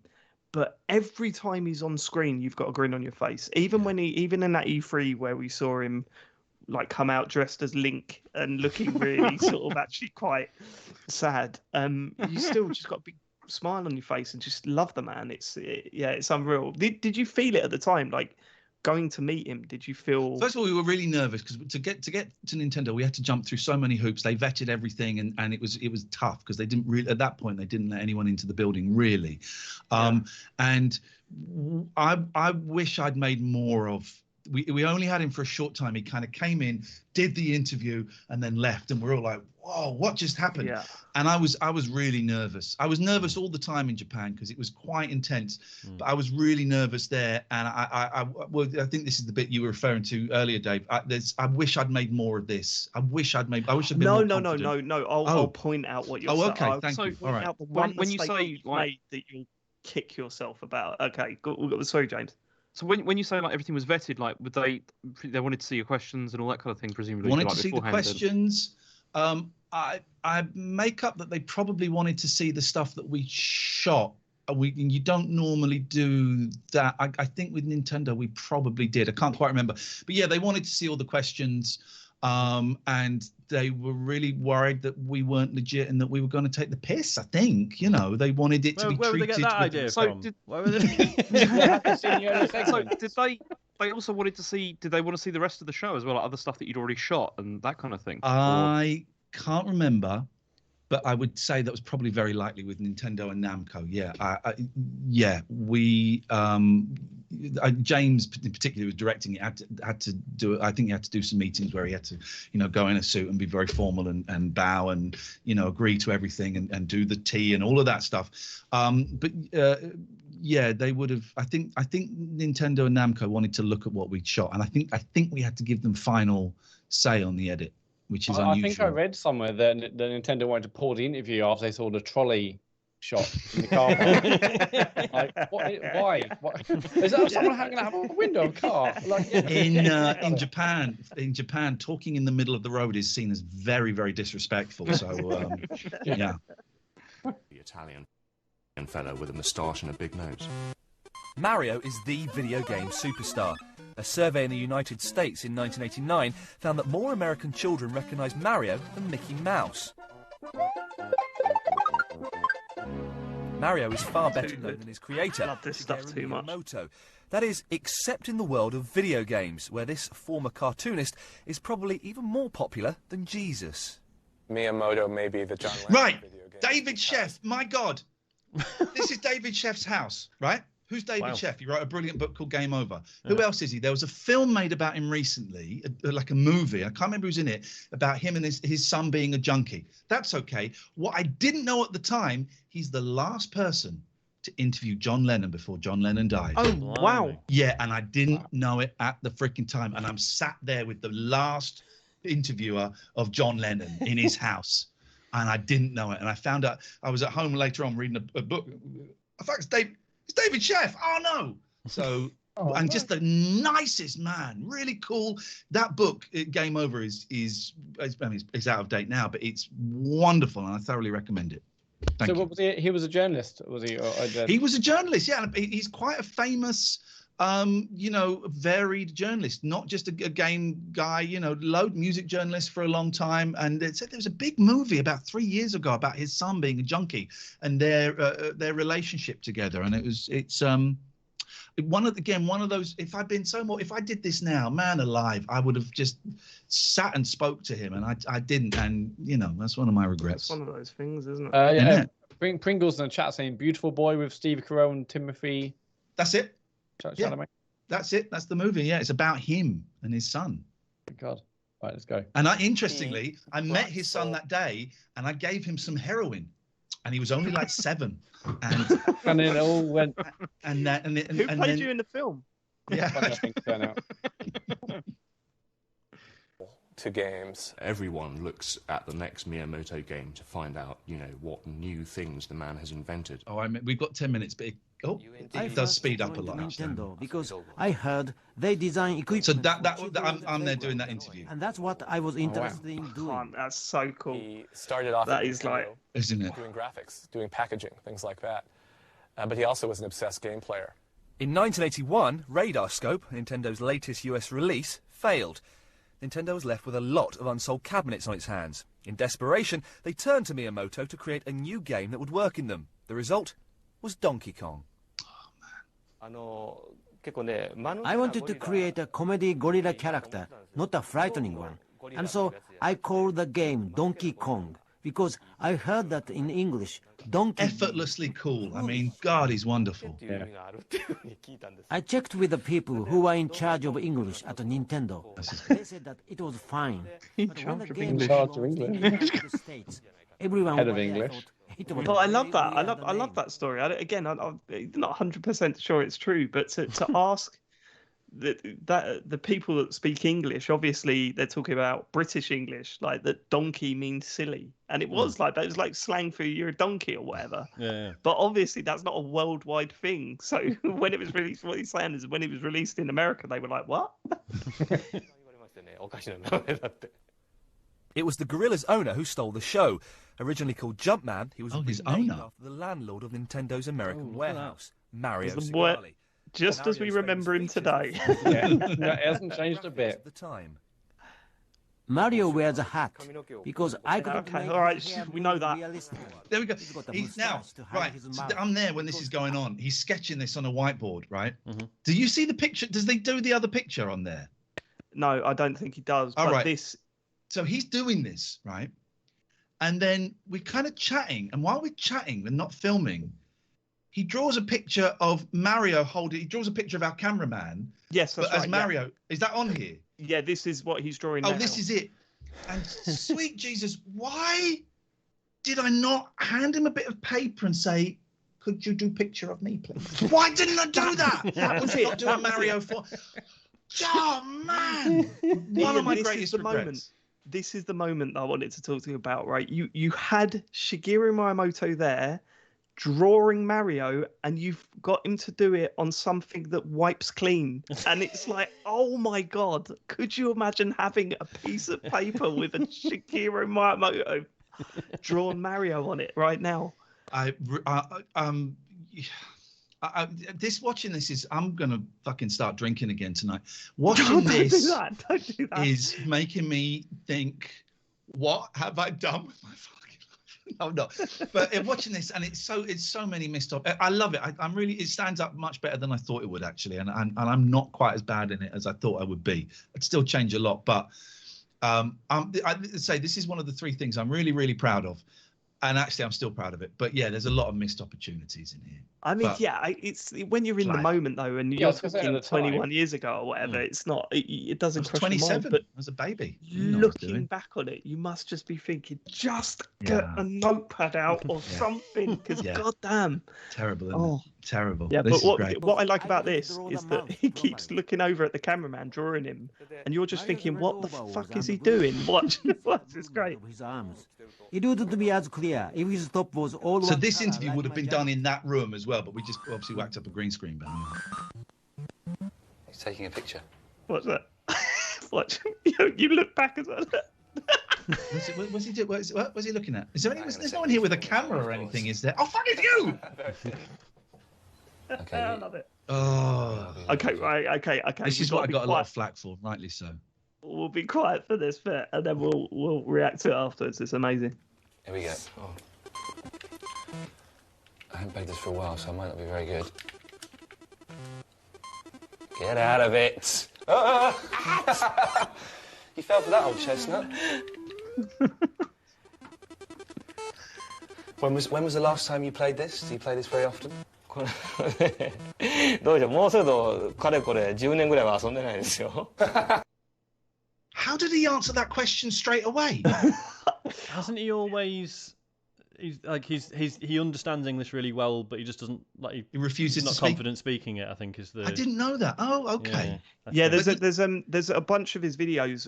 Is when he's doing E3 and stuff like that. He'll start off by speaking English and say, "I hope you don't mind me continuing in Japanese," and then the voiceover. What comes is over. lovely about this is he's not going through the. If he is, he's a great actor. He's not going through the motions. He's loving it. He's loving it. He's got a big old grin on his face, and he's loving playing that. Yeah, and I'll say this, right? I know you were cringing then when you were saying, you fell for that old chestnut and stuff like that.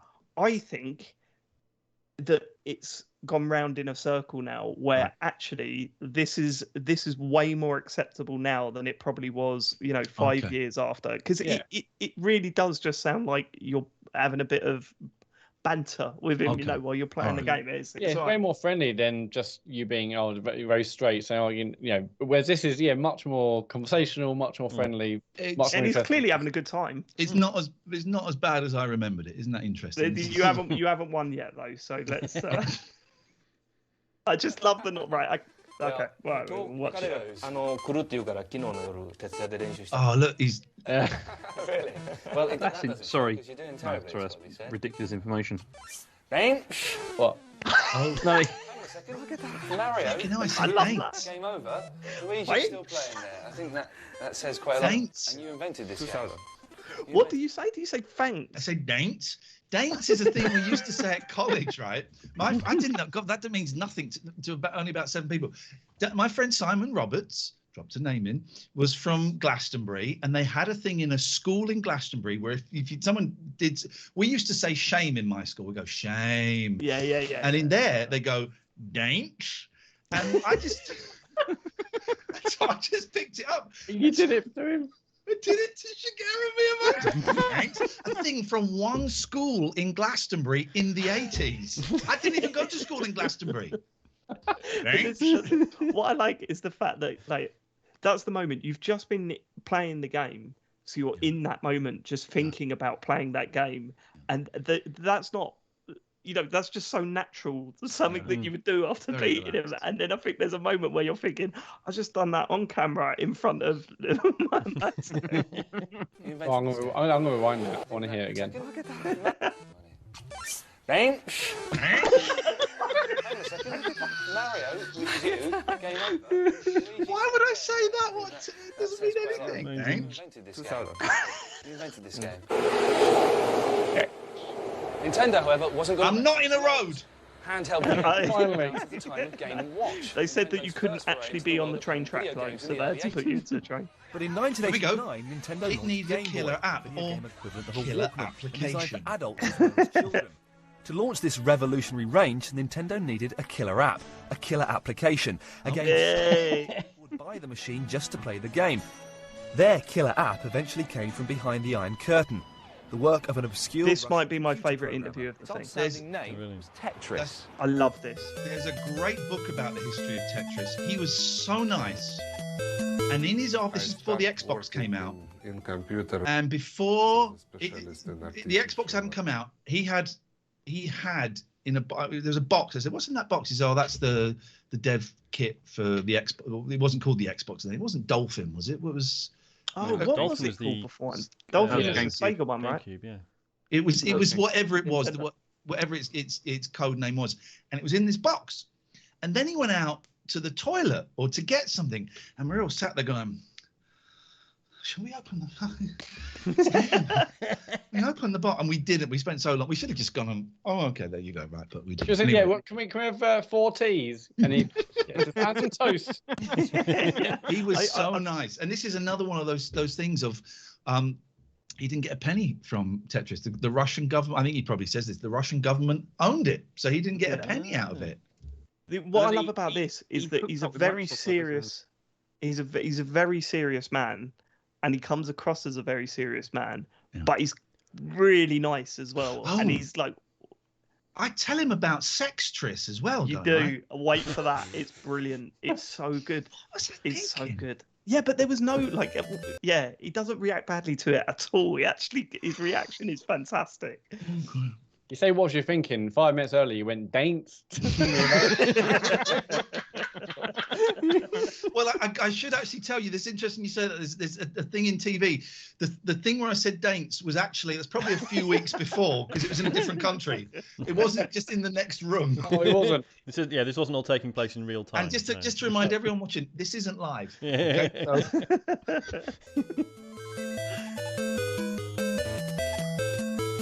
I started working in computers as a specialist in artificial intelligence. But the game was always kind of the place where my He looks like Brian Wilson there. I For love Beach Boys all fans. the puzzles, maybe not the game, but the puzzles, and that was I'm very interested in. Tetris is a game of brilliant, elegant simplicity, yet no one had thought of it before because they'd been too busy incinerating aliens. Tetris, by contrast, was a truly Soviet game. Stark, functional, and an ultimately doomed attempt to make order out of chaos. But without the trip to Siberia if you lose. I think has That's a good line. That's a James Bobin line. Up, pushed to a high art.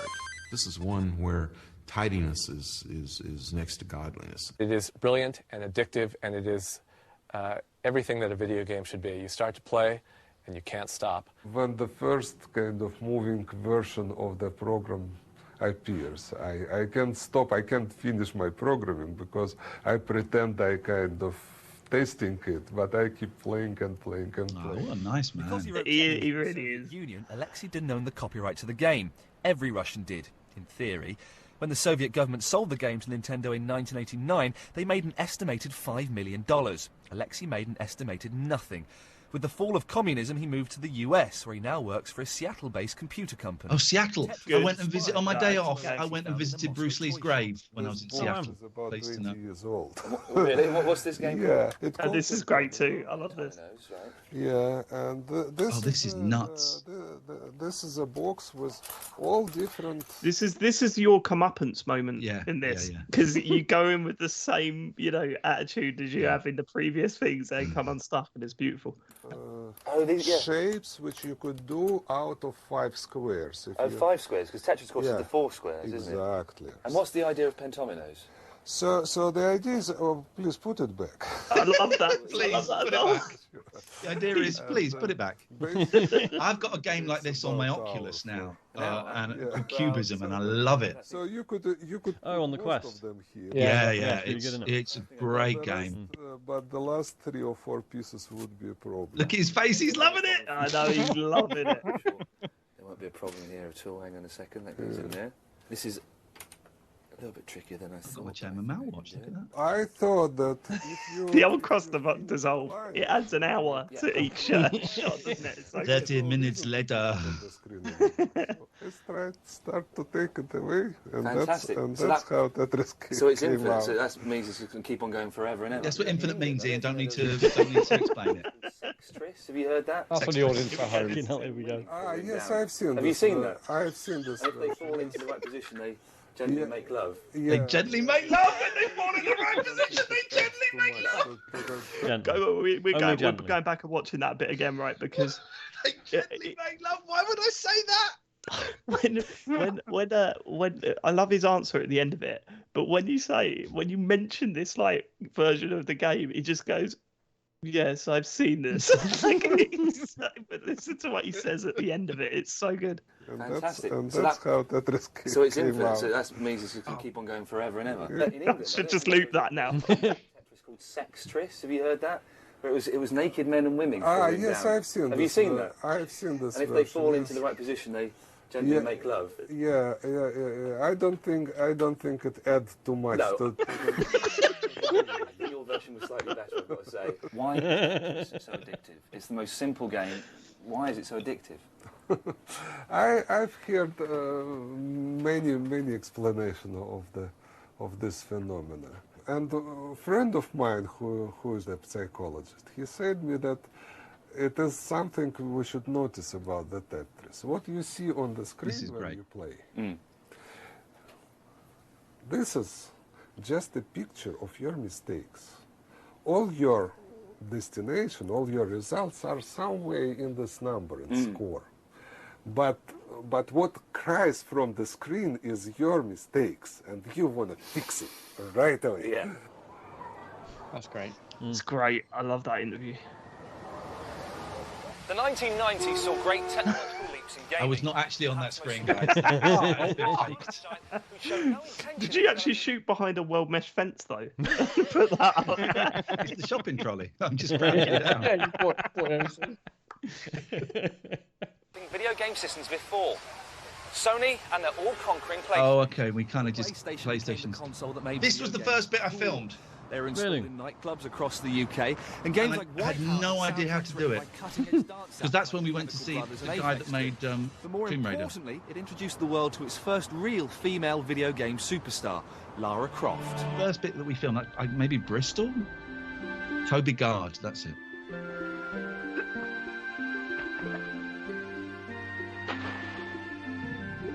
It just shows you how deviant teenage boys were when they played this game and was like, 6 icon, come on! And it's like, no. Yeah. He was really nice. I don't quite remember what the story was, but I think he got shafted by the company and he left. Yeah. And then he showed me a a game he was working on, said this will be the next big thing called Galleon. And I don't think it ever came out. No, it did. It came out on Xbox, but it was not great. Yeah. It was in development for years and years. Yeah. By the 1990s, games had become too complex. But yeah, he wasn't working for. At that point, he'd already left. A team of graphic artists, programmers, and musicians to create. Oh, I remember seeing that for the first time. It is mad how this game sort of broke the pop culture scene, right? Because she was on Lara Croft. The character was on Pepsi cans and stuff, and like FHM and all. How mad they're still making movies of her. I went to the last Tomb Raider launch because they were going to give me an Xbox. And I went, yeah, all right, whatever. And they had. I always feel sorry for those poor actresses that are have to dress up as Lara Croft at those events and pose for photos and stuff. And but it is. The first time I saw that was at a show somewhere, and it's like the first level, and it was incredible. Just going, what? How is this even possible? Yeah, nuts. But what's weird about it is that it's quite hard and really slow and complicated, and yet this broke the mainstream in the way it did. It's The first one had terrible saves as well, didn't it? How did you save in that? The crystals. Save crystals. Yeah. That's it. And they were a big old distance apart. I remember that. Yeah. Because there was a documentary I saw about this recently where it was Kim Justice went through the. It's unfortunate bit of pausing there. Go on, James. Sorry. All of the developers of this, they got tired of just churning out sequels for it repeatedly one after the other, and they all wanted to leave. They'd had enough by the time, but Eidos just kept on forcing them to make new ones. And then I think it was at the end of the third one, they killed her, and they were like, "We're done. We don't need to do any more." Did they really? Yeah, Lara Croft dies in one of them. And they were I did not know that. I was going to play that tomorrow, so thanks, mate. Cheers for that. Spoiled. I assume it turns out it was just she didn't actually die. No, because then what they did was they tried to do the Chronicles thing instead, where they were like, "Look, it's a prequel." Because they were contractually obliged to do another one, and it was just didn't want to.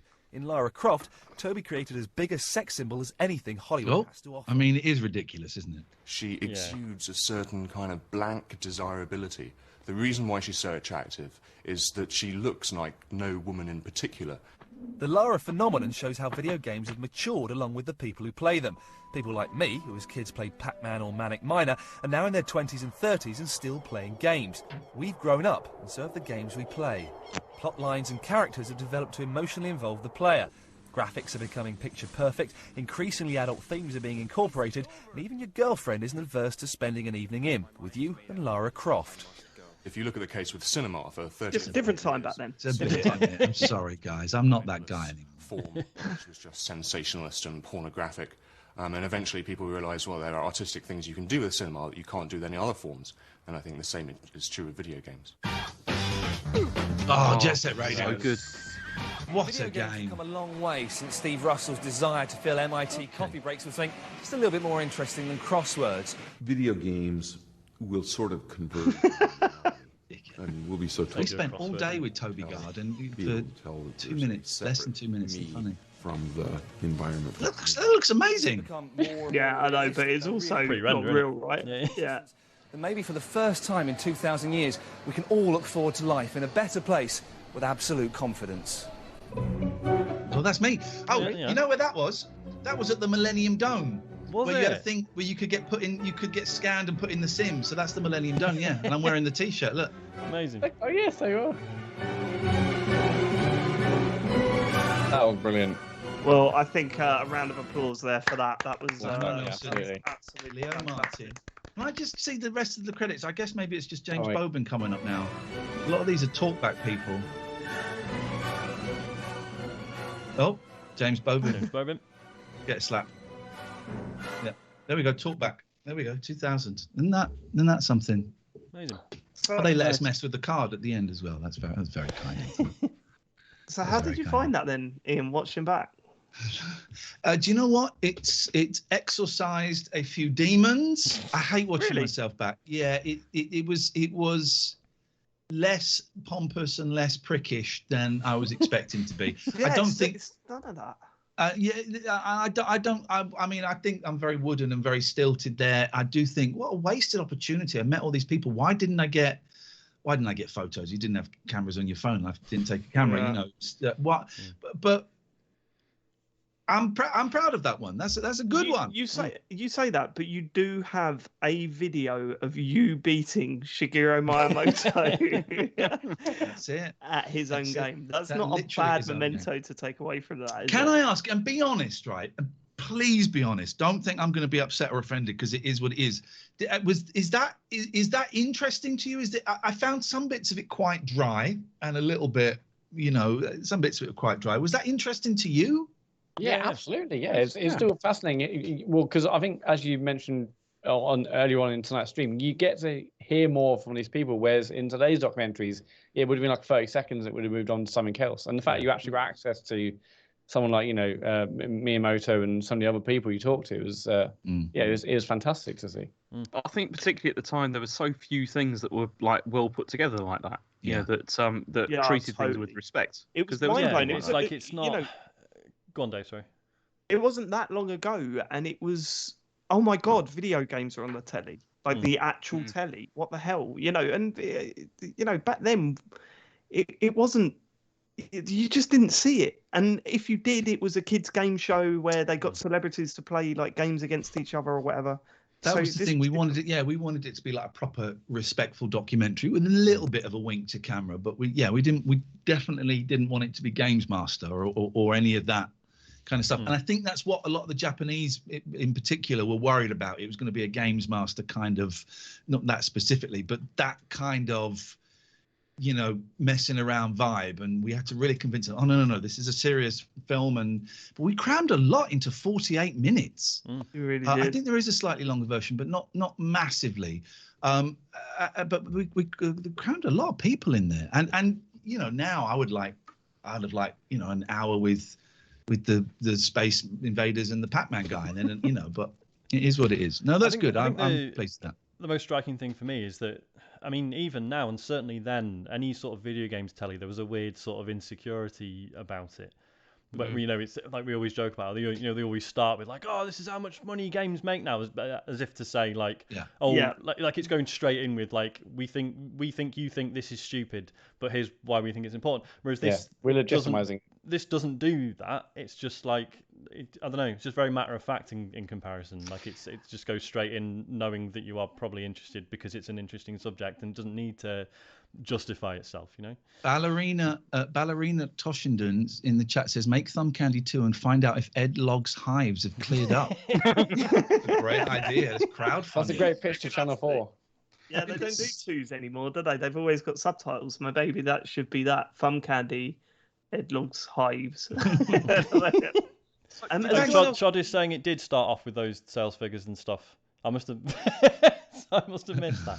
We were talking over that bit. If anyone's got any questions in the chat, then do it now. We don't want to keep Ian for too long, but we'll answer a few. Oh, I'm probably gonna get some food and then play some SSX Tricky on my GameCube. That's my evening. A lot. Dance. But I was. I don't. Just see if we get any questions before we start wrapping up. Here we go. Ian, did this like directly like lead into Thumb Bandits? Like with a so this then kind of linked me with computer games a bit. And a friend of a friend was friends with Alex Krotowski, who was doing Bits, which of course I love. Bits was great. Who wouldn't enjoy Bits? And so I ended up at I ended up at one of these bars where they had retro games, and Alex was there, and it was kind of it wasn't like a romantic thing, but we were kind of put together because we'd both been on the telly and we both like video games. And I remember we hung out, and I really liked her, but I was really nervous, and I left, and then I went back into the bar and I said, "Oh, by the way, can we be friends?" Like an idiot would. And she went, "Oh yeah, no, we're definitely friends." And then she got in touch with me a bit later on saying the producer of Bits would be keen on doing a series with you. We think Bits is going to come to an end, and it would be straighter, and it'd be more like that. So I met up with these people. They came up with the title Thumb Bandits, which I hated, and James Bobin was really angry about. And we were promised it was going to be a really serious computer game series, be none of the speeded up footage like they'd done in Bits, and we were going to get Matt Smith on as a games reviewer. And it wasn't. I think Thumb Bandits is an absolute crock, and it was not the program that we were told it was going to be. And we got in really big trouble once because we slagged off a game that was shit. I can't remember what game it was, but I slagged off a game that loads of people liked. It's one where you. Was it? No, it wasn't Ico. Was it Ico? No, I loved Ico. It was a game where you could slow down time and shoot people, which was wasn't quite Juiced, was it? Max Payne? No, it wasn't Max Payne. I remember you. No, but I might have been remember Max you Payne. doing that on Rise. It was Rez. Rez. Okay. I think it was Max Payne that I slagged off on Thumb, because I think anyway. We slagged off a game, and so all the games companies said, well, we're not going to give you advanced copies anymore unless you say nice things about us. And me and Alex went, we're not going to say nice things about games if they're not good. And the producer said, you have to, and it got really, really tense. And the crunch point was a really shit wrestling game, and Alex refused to do it. And I said, right, I'll do it. And I'll say like kind of bland things that could be interpreted as nice things, but this game is a crock of shit and I want you to know it. So that's how Thumb Bandits happened. And it was not a very happy experience, and it was not a very good show. But I did, on the last episode of it, I took some cocaine and we interviewed Slipknot, and I got one of Slipknot to sign my arse. Wow. Well, there you go. That was all worked out in the end then. What a way to go out. It is such a shame though, because when you watch something like that, and it has, in my opinion, all right, bar a few jokes here and there, it has stood the test of time. You watch that and it's still really enjoyable to watch. It's such a shame that it wasn't built on, you know, as you say, you went on to the TV series, and Thumb Bandits was not great. It was, and it's a shame. I loved it when I was a kid. I'll tell you that. I know you're not a fan of Fun Bandits, but I loved it when I was a kid. People say nice things about it, and I respect that, and I appreciate that, and I would never say you're wrong. That, you know, I've had a lot of people say nice things about it. I don't get it, and I've certainly not watched those back. And I would not really want to see any of those again. But some good things. I still know Alex, and you know, her show on Radio 4 is great, and every now and then we'll message each other, and I don't know. It was what it was. Anyway, it was what it was. It was all right. Are there any questions in the chat, Matt, that we can pick up on? Ian, what's your favorite console that's not a PS5? Dreamcast. Love a Dreamcast. It's a great console. Fan of the Dreamcast. Who's not? You? Yeah, David's an idiot. Me, I can't stand it. Why? He's an idiot. Well, it's rubbish, isn't it? What do they have in it? What do you mean? They had Jet Set Radio. Okay. They had Shenmue. Right. You want me to carry on? Fantasy Star Online. Trick Style. Fantasy we've been Crazy Taxi. I mean, Crazy Taxi. Yeah. They had a load of good Power Stone. Power Stone. Well, we've spoken about it in the past, but I genuinely think that I was just so burnt by the Sega Saturn that I can't accept that the Dreamcast was a good console. I can't get over it. How dare you? I mean, the Saturn's decent console. It got bad. Yeah, I liked the Saturn. Yeah, I loved the Saturn. Sega Rally, Virtua Cop, I loved all that stuff, but none of my mates at school did. Oh, here we go. And there's the reason you don't like the Dreamcast, because you were unpopular at school. That's right. That's it. Katie Melua liked the Dreamcast. Oh, for fudge. Francis York Morgan in the chat is asking, would a show like this be possible today, like going from the beginning to the present in the same format, but just bringing it to... They've done it, haven't they? Didn't Charlie Brooker do something? People kept telling me about this thing that Charlie Brooker had done. Yeah, he did Game Wipe, didn't he? But that was kind of different, wasn't it? That was more of it. Charlie Brooker's got his own style, and I really like Charlie Brooker, but he's got his own style that doesn't have... Sorry, it's got that look at the industry, you know, rather than what Fun Candy did, which was very much sort of a celebration of it and then excitement. And Game Wipe was a little bit more not turn your nose up, but you know what his style is. There was a series, wasn't there? A series on Netflix. I don't like watching things like that because I think I did it first. Yeah, people in the chat saying there was the Netflix one. I've still not watched it. No, I didn't watch that either. And Dave, you were a fan, weren't you? I think. Yeah, I watched some of it. It's really good. Yeah, Harry really liked it as well. So it got a bit bored. This isn't a question, but Alex Tempton on UK, Ian, one of my favourite things you did was a video podcast when Lost was on. No questions, but I want to say thanks for that. Loved it. Can I just say I'm just starting season 3 of The Leftovers, which is the show that Lost thought it was but wasn't. I'm loving The Leftovers.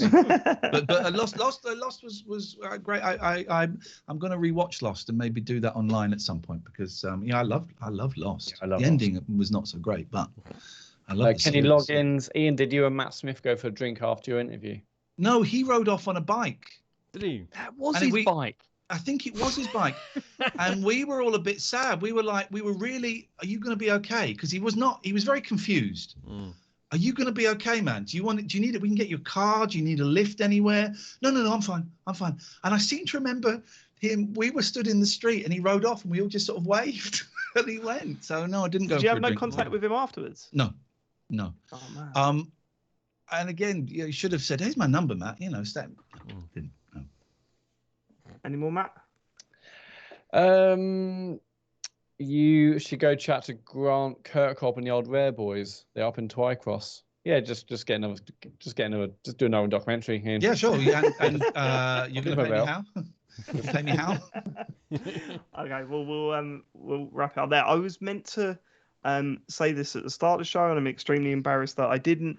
But how can people find what you're doing now? Because you know how much of a fan of the stuff that you're doing now. TLNA on what was Patreon? Patreon now. Yes, thank you very much indeed. I can see a lot of names that I recognise in here, and so if you want to come and we do like a free bit of a show on Twitch, and it's twitch.tv/TLNA, and then because I'm desperate to like pay my mortgage and feed my kids, we're on Patreon. Me and my friend Catherine Boyle, we do a show, a podcast, and all that stuff. Patreon.com/Iain and Catherine, IAIN, and Catherine with a K. There we go. And someone's just put the link in the chat. Thank you very much, Scientologist. And here's what I'm gonna ask from our listeners and the people that follow us on Twitch at the moment. Definitely go and watch when one of the live free bits is on Twitch. Go and watch, but also call in. I want some of our listeners calling in. Call in and say, say, be nice. Don't have to be nice either. Just don't be one of the white supremacists we've had recently. I'm sorry. I wanted to call in. We won't be streaming the free bit on YouTube on a Friday night again. That's all I'm going to say. But I love you. This is why we're doing this. I love you for. I've kind of listened to you like ages ago, and then stopped. And it recently, maybe the last couple of months, I've just got into you, and I'm excited because I'm kind of listening as they come out. But then I've got the whole back catalogue to dive into, and I think you lot are brilliant. And well done, and keep doing more of that. And the David Turner's Daily, fucking hell, I was in pieces in that. I was in absolute tears. It was so beautiful. The indignation, the rightful indignation and fury of being betrayed like that. It was wonderful. I think you're brilliant. So keep it all up. Thank you very much. And I mean it. And we're doing all this stuff, but I wouldn't be doing podcasting if it wasn't for you. Genuinely. So thank you so much for coming on tonight. And thank you so much. It's been fantastic to watch this. Thank you guys. Do I leave now and then watch the stream and watch you slag me off? Is that how? No, we're going to shut you down. Sorry. Thanks everyone for watching live, and if you listen to the podcast at the moment, then as I said, it's well worth going onto YouTube and checking the video version of this show out because it's a lot of fun. We'll catch you next week for next week's podcast, except for James, who's taking the week off. Lazy. Good for you. You don't want burnout. You don't want burnout, James. Well done. You enjoy your time off. I hope everything's okay. Take care, everyone. Thanks for watching. See you later. Cheers, everyone. Bye-bye. Bye. Bye. We're off.